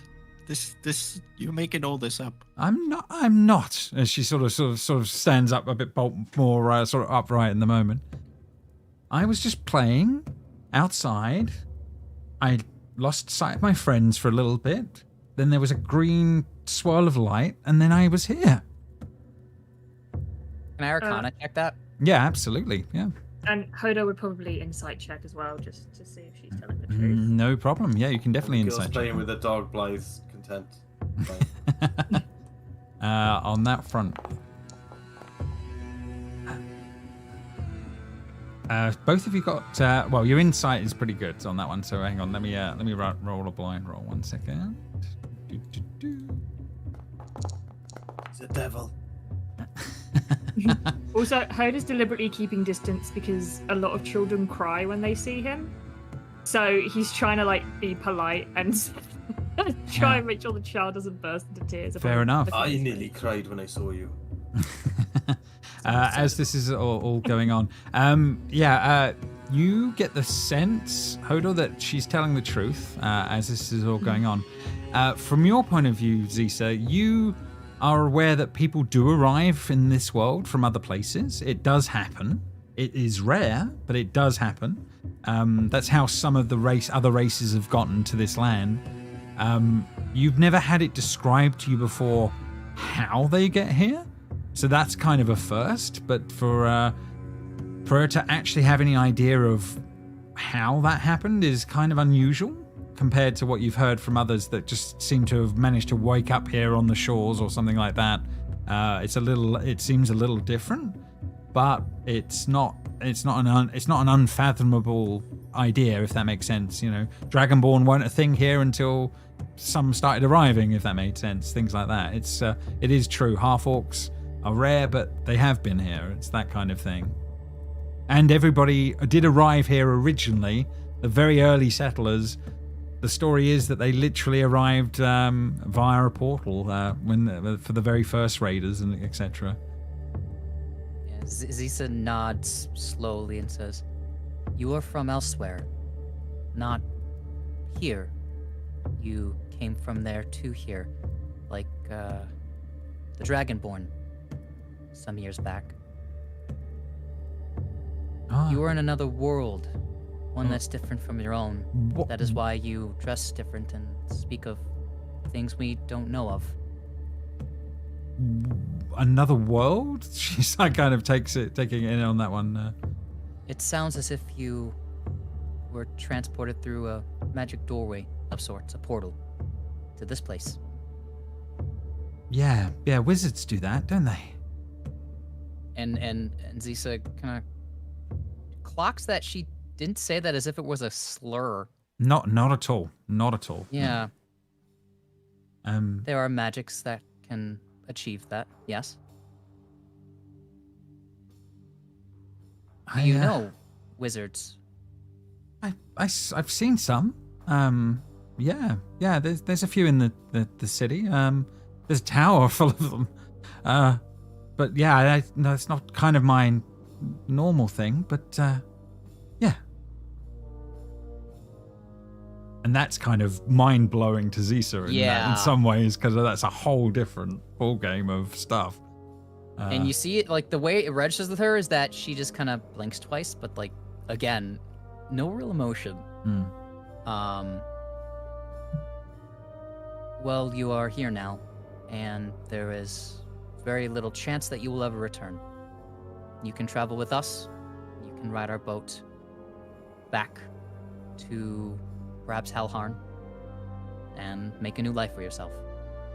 Well, anything sounds better than being stuck here. I'd rather stay with you. Yes. Now this place is very, very strange. I will stay with you. And she sort of nods and looks at that as things go on. Congratulations, guys. Yeah, at this moment you have gained your first companion and companion action. So this person can can be used as a companion action, and she can administer first aid to an unconscious or dying creature if she is within 5 feet of it. So in story beats, it's that you guys say you want her to do this in the moment, and you can have her do that on as if it was her turn. She can make a wisdom check, and if successful, she can stabilize them, giving them 1d4 hit points. Oh, so this nice. doesn't bode well for the difficulty of this game, where it's extremely hard to die as a character anyway, and they give you a companion to do this.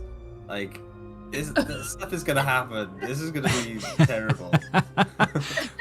Fair enough. As this is all going on, but she says, "Yes. Anyway, I shall introduce myself. I am Sidi, and you all are."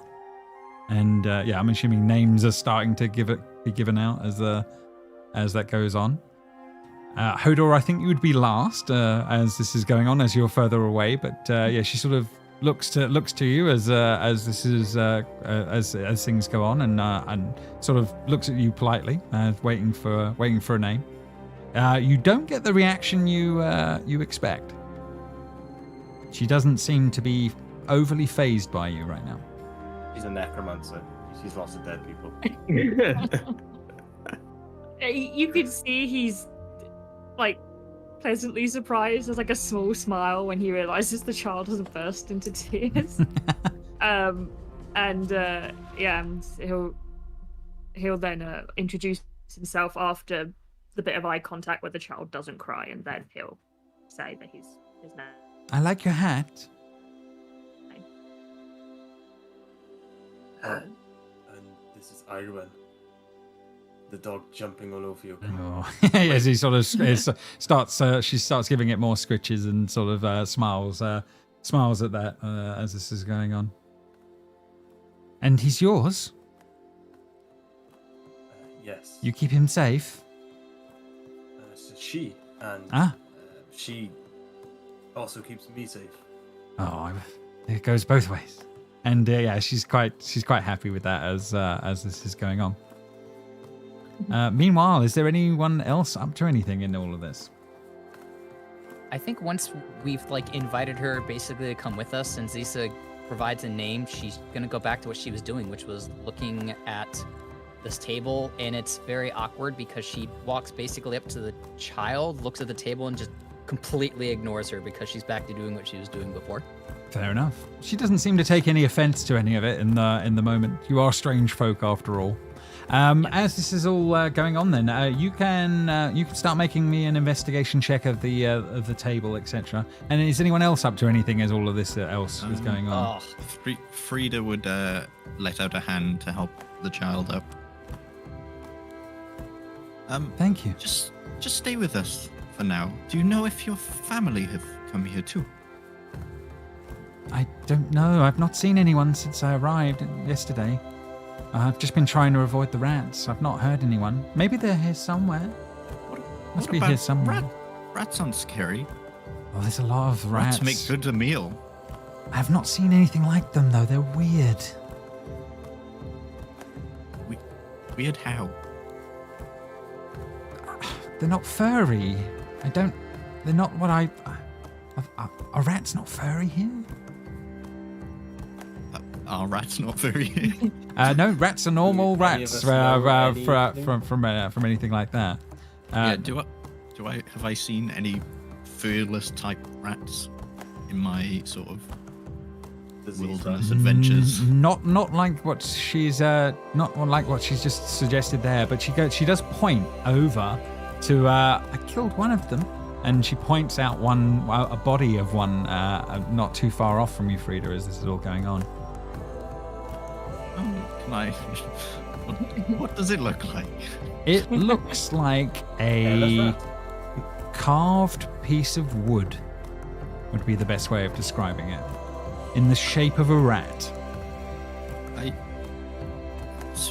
I think you're going a bit crazy. This is just wood. No. You stabbed some wood. No, it moved. It really did move. There's lots of them. Like, Frida's looking around at like everyone being like, what? Hodor, you're coming to have a look at this point? Yeah. You can make me a history check in this case.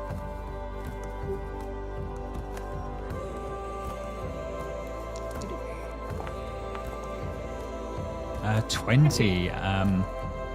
It strikes you, although you have never seen this before, you do know that there are people that are called Wiccas, and they are, in theory, made of materials made of wood.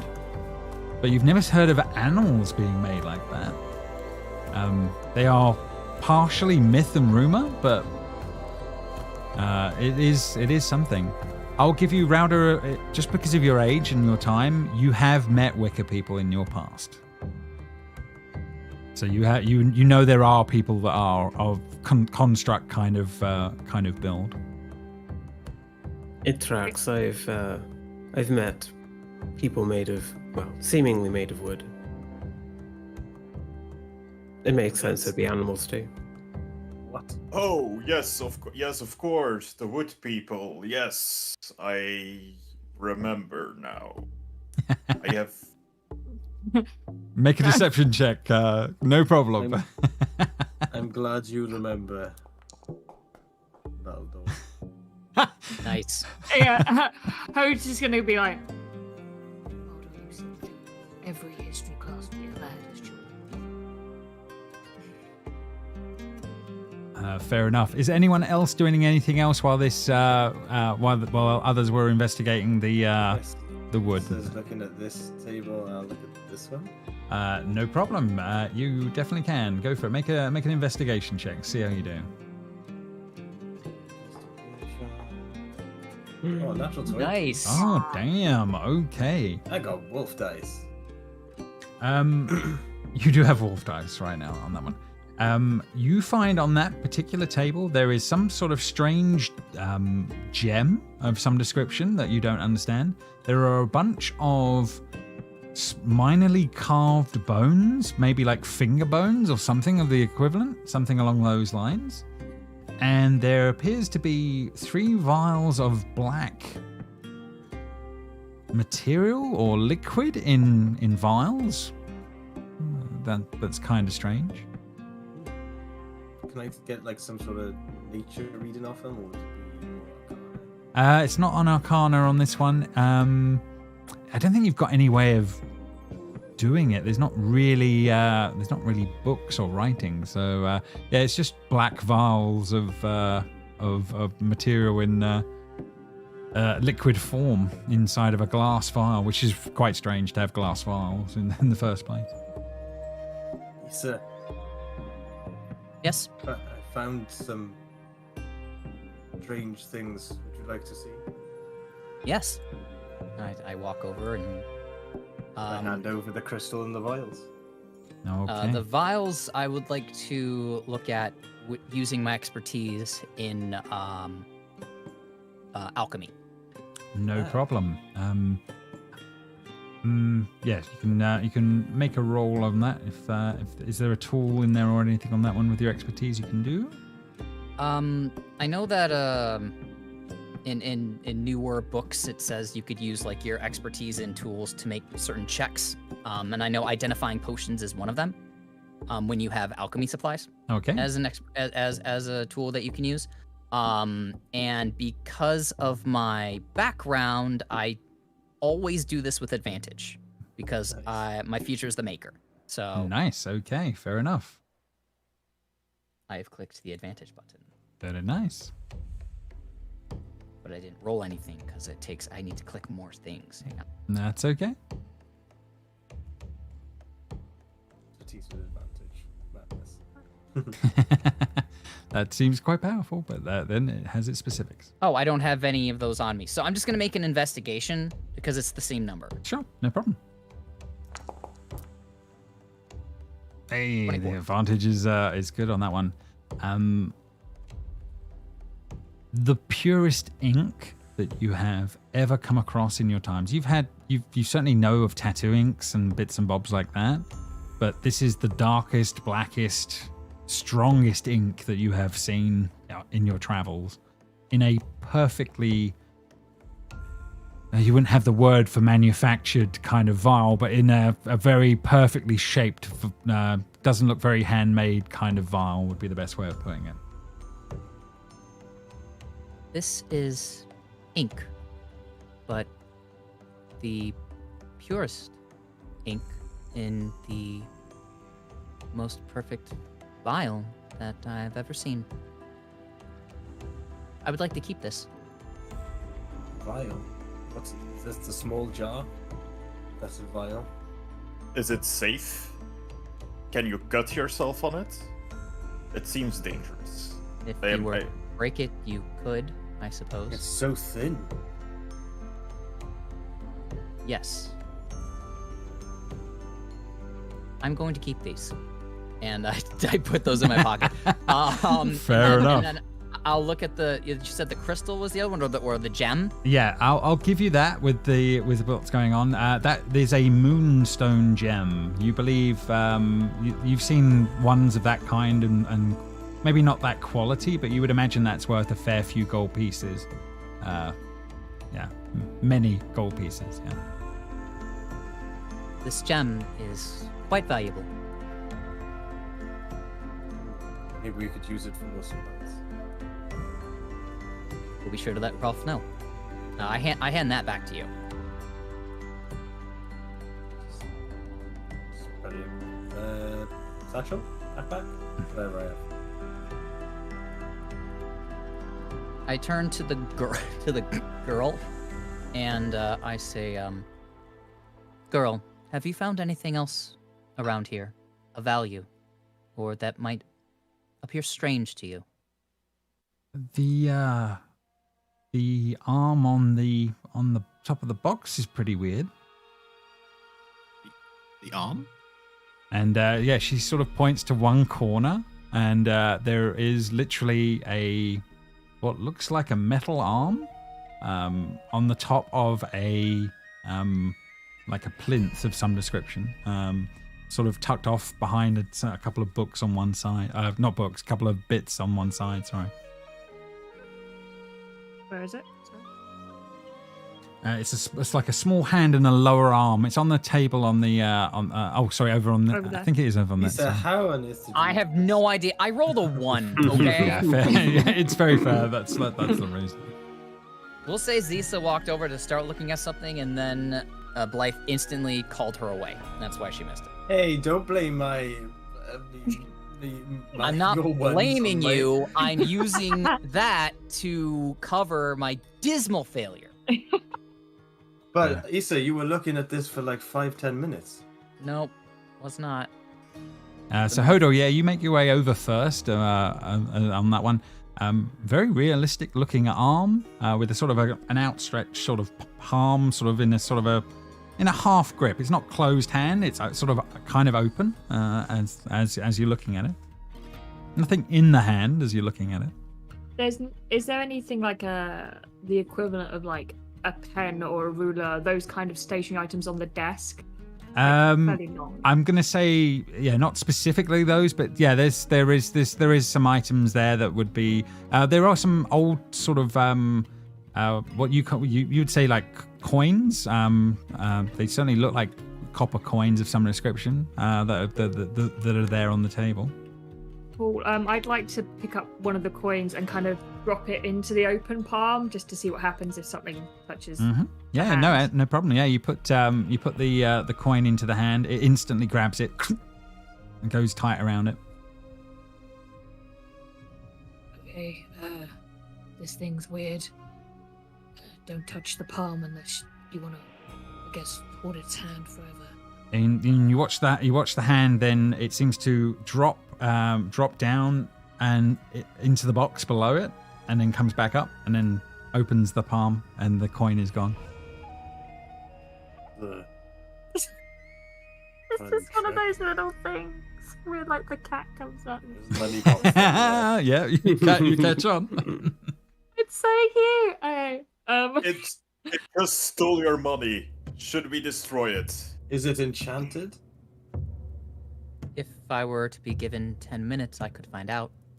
Oh, I mean, we've been here so long. I'm gonna, if there's any other small items that aren't coins, I want to see if it can tell the difference between what items are taking it. So, like, I don't know. There's screws. literally stones all over the floor. Yeah, I'll pick up a stone and I'll drop it in the palm and see if the same thing happens or if it. Yeah, you hits see the it. stone. You see it grip it, and then does the same motion and pops it into the box below it, and then comes back up and opens up in this shiny silver, and then stops. I mean, take it with you if you want it. I don't think we need to be here. I think it's fine here. I'll just put my money in a pouch. Just walks off because he's like, okay, cool. Is there anything else in the box? You don't know. Yeah. At this point. Well, I'm asking whoever's nearest. Yeah, Hodo. Yeah, you can't see into the box that it's been putting things. It keeps coming up out the hole and then back to the same position. Hoda's gonna look over his shoulder and go, Baldor, making things was my thing. Breaking things was yours. just calls you over to smash it. I do not do this at your command. I just want to smash something. Hoda's stepping away because he knows like how much shrapnel this guy can produce from one hit. You have a very strange relationship. Have it be noted that I do not do this skinny man-child's will. Here we go. But you wouldn't have done it had they not asked. Smash! So you are You bring down the battle axe, and the hand will grab hold of the battle axe as it goes and grabs hold of the blade in the moment. And then I need you to do a contested strength check, as this is all. Oh my god! I hope it takes away your battle axe. you and can puts it you in the can use hole. athletics. You can use athletics. Please fail, please.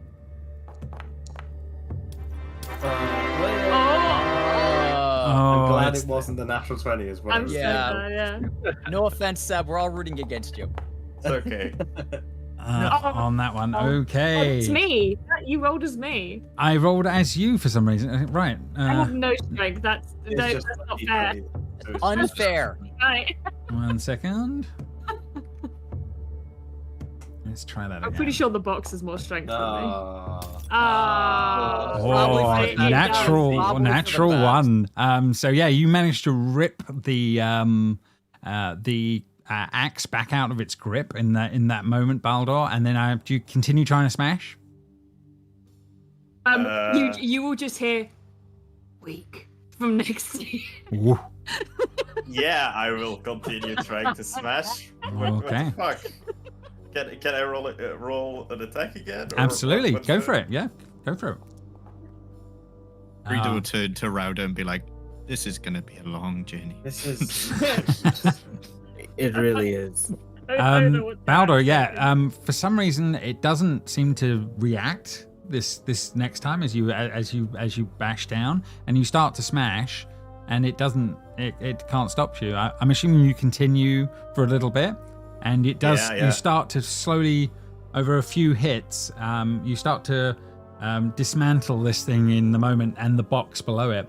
And as you do, you see 3 little green baubles drop out of the box and then you can also see a coin and a stone alongside. I'll sweep the baubles before he gets there. You're gonna go as he's reeling back through with his axe. You grab the 3 baubles, yeah. baubles.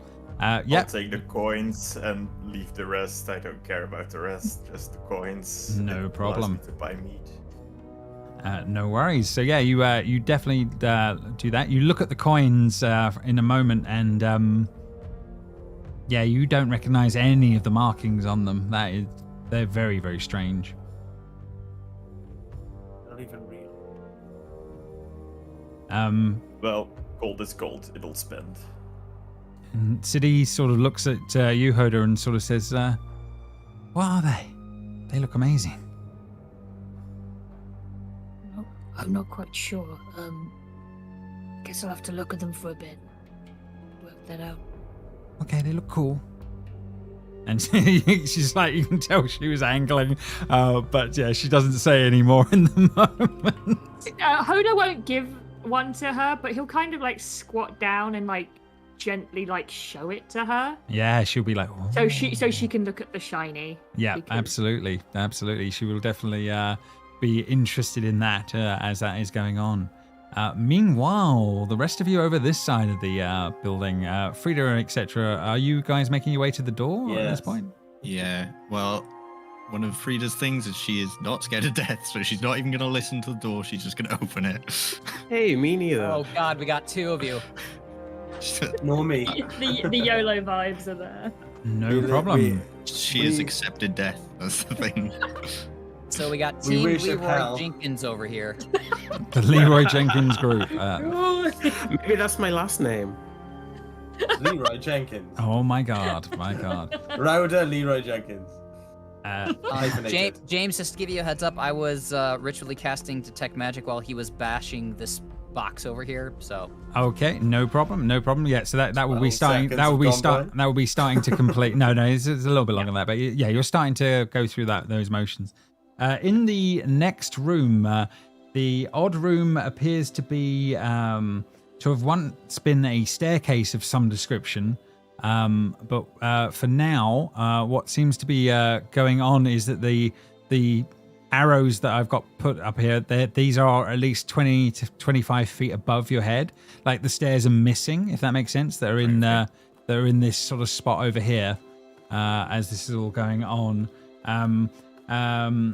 But there is they seem to be dangling about 20 feet above your head, as if someone had forgotten to finish building them. There is also a lever next to Blythe right now on that wall. All right. As this is going on, and another door slightly further off. Rauda will just say to Frida in Orcish, "I dare you to pull the lever." Okay, well, you two have stepped on these dots. Sure. And she'll just pull the lever from where she's standing. Oh, for God's sake. Okay, fair enough. Yay. As this is going on that one, I need you all to make a dexterity acrobatics check for me, please, as spears, multiple of them, coming up from the floor as that lever is first pulled. In the moment. Wow. Damn, nice on that one. Oh, it's just going to be me. 'Cause I've got a Yeah, plus of four, so- course. 15. 15. roll. Yeah, you make the check as you're all sort of diving through all of that as this is going on. As all I of these. imagine Rauda just catches one without even nice. looking. Yeah, and it's just a lot drops it to the ground as if nothing had happened. Nice, as this is all going on in the moments as you go through all of that and that all seems to happen in the moments as this is going on. Can I? Are they sticking out the ground? Some are. Can I break a couple off for makeshift javelins? Yes, I will certainly accept that. There's a couple of them that seem sturdy Yeah. enough. And what's happened in the moment is that there is now a ramp on this sort of where the stairs were, where there were no stairs. There's now a ramp sort of leading up. It's not perfect for getting all the way up, but it certainly looks more like it's climbable now than it was moments before. Before we go up, can I listen at this door? Because I assume it meets the rat door. Absolutely, yeah. You can definitely hear the sounds of something on the other side of that blind as this is all going on. Yeah, more rats, lots of them would be the best way of putting it. Rats that she was on about.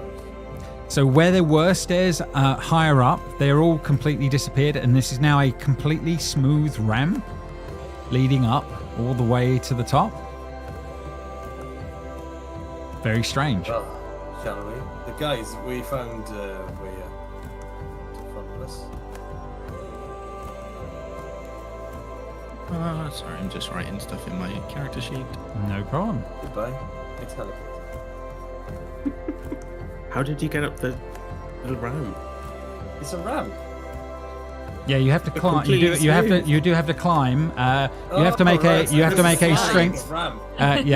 You have to climb. It is a dexterity strength check to athletics to make your way up. But you can certainly make an attempt. Oh, I don't know if I do it. 12. 12, yeah, it's the DC of a 12. So you are good in the moments as this is all going on. James, before I go up, while they're outside doing that with the spears and stuff like that, if my detect magic has gone up, can I look at the runic finger bones and the jars of ink to see if they're magical? Fair enough. As this is all going on, no, neither of them are giving off any magical effect in the moment as this is going on. However, all of the lights around the room are. Even the hand that was doing odd things that would it be considered magic is now, as in its final state, not giving anything off. So apart from the lights, right now, no, not much else is seems to be going on as this is all going on. Can the runic finger bones be used as material components for casting or anything like that? Or yes, you do. You do think, I'll give you this as just as a freebie. You do think they could be used for for casting like augury. The kind of components for that kind of thing that's kind of handy. That would certainly be useful at some point. Okay, I'll take those. Maybe Rolf will know what to do with them.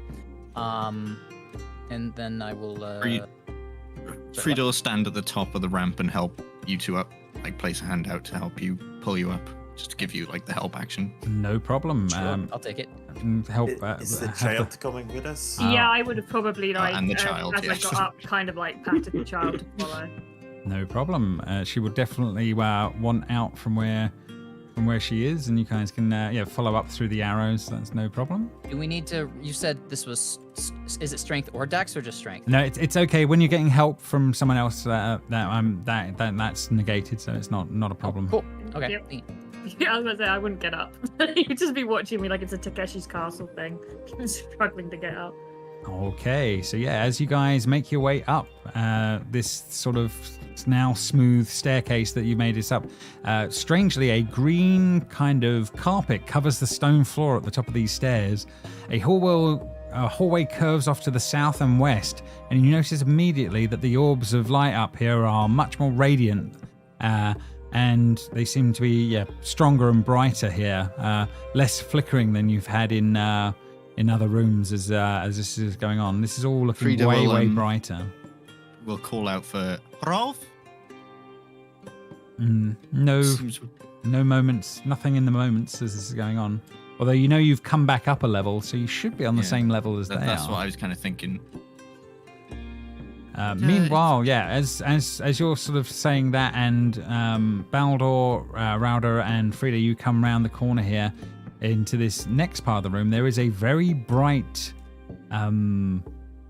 area in front of you. There is a sort of a black and green velvet carpet in the center of the room with a large circular table with no chairs around it that seems to be dominating the center of the table.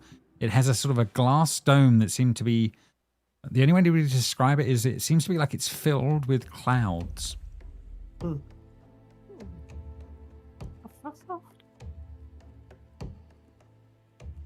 I touch the glass. Okay. You make your way over to this large piece of glass. As you place your hand onto it, it seems to glow briefly. You feel like a slight pinch in your hand as this goes, like as if like splinters in the ends of your hand in the moment as this goes on. You see the clouds kind of part on this map of descriptions of that one, and you see before you the landmass of Grimir. You think you've never seen a map this detailed in that respect. There have only been barely scrawled kind of mountains, but you see mountains, rivers, seas, and forests. And in an eye blink, you suddenly are seeing like a blazing inferno that seems to overwhelm it. The forests then wither to ash. The seas and the rivers boil away, and the mountains grumble. Only patches of the world remain as these flow away from the dead spots, as if the survivors of some great calamity seeking a solace and safety from one another. And the clouds then sort of cover the orb once again. Jotun. That's what. Did everyone see that? Those closest absolutely would have seen that something was going on. You got much more of a... How would we say it? You felt like you were above the world looking down, almost, in that moment. It was much more of an experience. From the others saw something, but nothing compared to what you gained from that in those moments. She just goes wide-eyed and smiles, and just like, yes. What happened? Yes, I do not understand what just happened. Did you all see that? Saw strange lights. It was like looking down upon the world, and it all caught ablaze, and it looked like the end. This has Are to you coincide speaking with the of- Jotun returning. Are you speaking of Ragnarok? Yes. Why did you look so happy? That's bad. No, it's a glorious fight that's coming our way.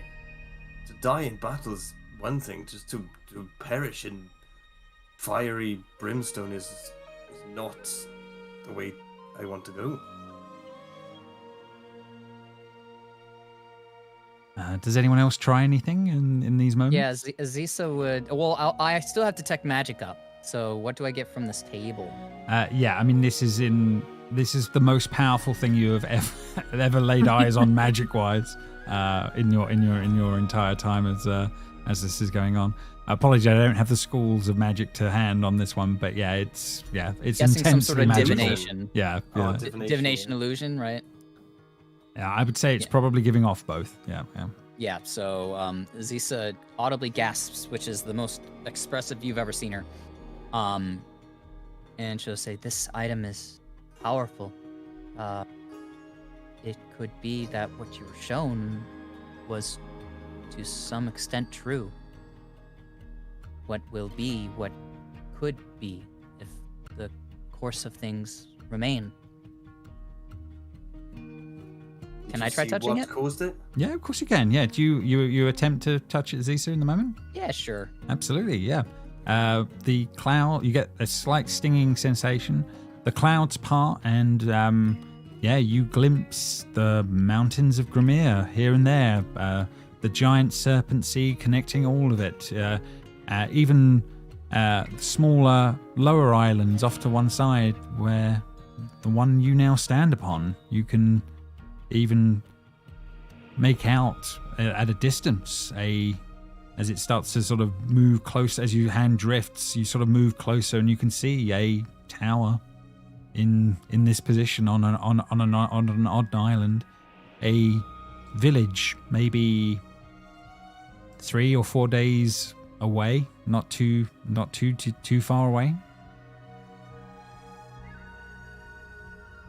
And that's all I see, or is it like a momentary thing and then it kind of goes back away? It's certainly holding as you're doing this right now. You can see there's mountains, there's the north, the forest, the forests, the skies. Is there anything you would try and focus on in the moments? I would see. This is the same island we're on, right? It's the whole world, and you have spotted this island in amongst everything as well. Yeah, it kind of like it kind of zoomed and moved and sort of drew this way. But you seem to have control over the space. You can look at other things if you wish, if that makes sense. I would see if I can't backtrack where this village is from where we are now. No problem. As it pulls back slightly and you look and you're looking at the space north, there seems to be a very long river inlet that leads up. But yeah, it's definitely a village of some description directly to the north. Do I see anyone living in the village? You can see there are people. There are ships docked. A few moving around, little tiny figures you see in amongst them, little blue figures that are slightly larger than others. So, like Viking ships. Tall folk. Do they fly the purple flag that we were flying earlier? The banner. No, you don't see any banners like that as you're kind of looking. Are these tall folk or are these Jotun? There are at least there are some tall folk amongst them. No, Jotun are almost a myth. That's what I was figuring, but you said some were bigger, so I didn't know if maybe I was seeing them for No, that's fair enough. But yeah, I'll give you this last thing. Sort of as you sort of pull back a little bit, there you could pick one of these things to focus on. There is you could have a look at the mountains. There's the north area, the forests, or the sky. Does anything catch you in the moment? What did Rolf say we were here for again? Well, to investigate this place. It was the Volve believed that this has something to do with Ragnarok and stopping it or being involved with it. And it was important because the Seers had seen this place and it needed to be found by you all rather than others. And so you'd been sent to investigate. They knew there was a tower and it was here. And is there a myth for how Ragnarok is supposed to occur? Yes, there are. It is supposed to be the world is burnt by fire and is basically eaten by a serpent. Is the kind of the story. How much of that is just idea? Did see anything? So many different ideas and story. When Rhoda saw the world ended, did she see any inkling of why? Was it just the fire? She saw the fire and the burning, and it's sort of spreading out across the world, like a cancer going across the world, if that makes sense. Almost that way. No specifics, like. No specifics in those moments as that one is going on. Okay, and I apologize. What were the choices that I could focus in on again? Yeah, so in these moments you can go the mountains, the north, the forests, or the sky.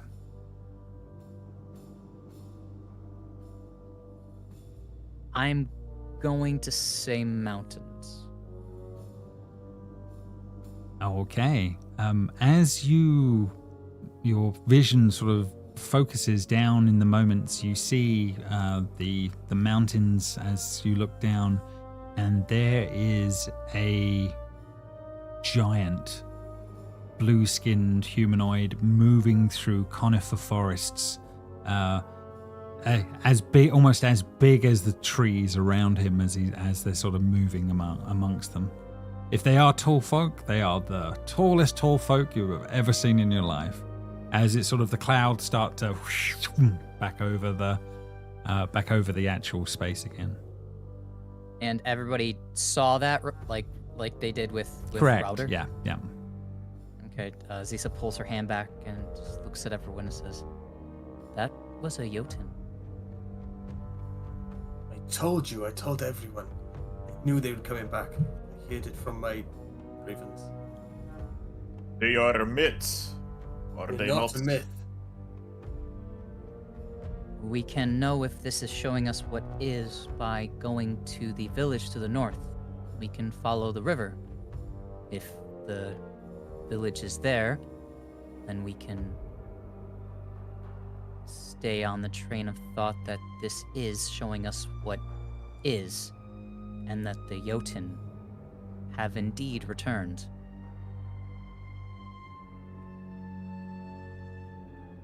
This is something Rolf would want to know. We need to find him. Perhaps he needs to interact with this table. Maybe it can show him things. He can see more than us. Okay, fair enough. Child. As this is going on, yeah, go ahead, Zisa. Would you come and touch the table? Being from a different place, maybe it would interact with you differently. I'm okay with that. It's very strange, but she'll literally put a hand out to it, and then will literally press it. She almost pulls back when it sort of stings for a moment, but she carries on looking as this is going on. Unlike the last few times when you guys have been looking at this, when she activates it, the world is just burning. The great mountains have been shattered.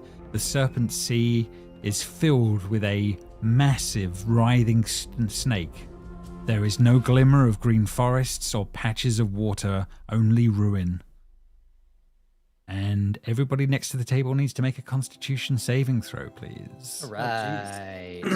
Including the kid? Including the kid, yeah. How far is next to the table? Am I safe? Balder, you're fine. Hodor, you're fine. I think Frida as well. It's just going to be the ones round I'm the about table. 10 foot away, yeah. Yeah, that's a little bit. I would have been walking towards the bottom anyway, that's what I was going to say. No problem. I get 8. And the DC is 13 that we're aiming for here. Yeah, we all did great. Okay, fair I enough. got a 6. As this is all going on, yeah, you all feel pain for a little bit as this is all going on, and you feel you partly like your breath is being sucked out in the moments as this is all going on. But only Blythe, you're the only one that it feels like you've been knocked for 6 in the moment.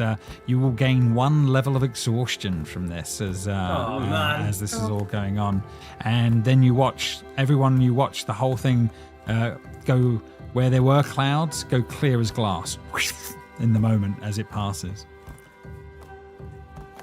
And You're like, what the hell was that? What's hell in this world? There is hell. Hell is hell. Yeah, Just yeah, one hell. Yeah. Just one hell. Yeah, on that one. And I think we'll say with the silence of this thing going clear and breaking in the moments, I think I think this is where we'll call it for this first episode. I think, and we'll continue on from there. I think, but yeah, well done everyone. First episode down. Raiders is well and truly underway. Exactly, and then we will reconvene next time and go from there. So I will end the stream and we are done. But well done.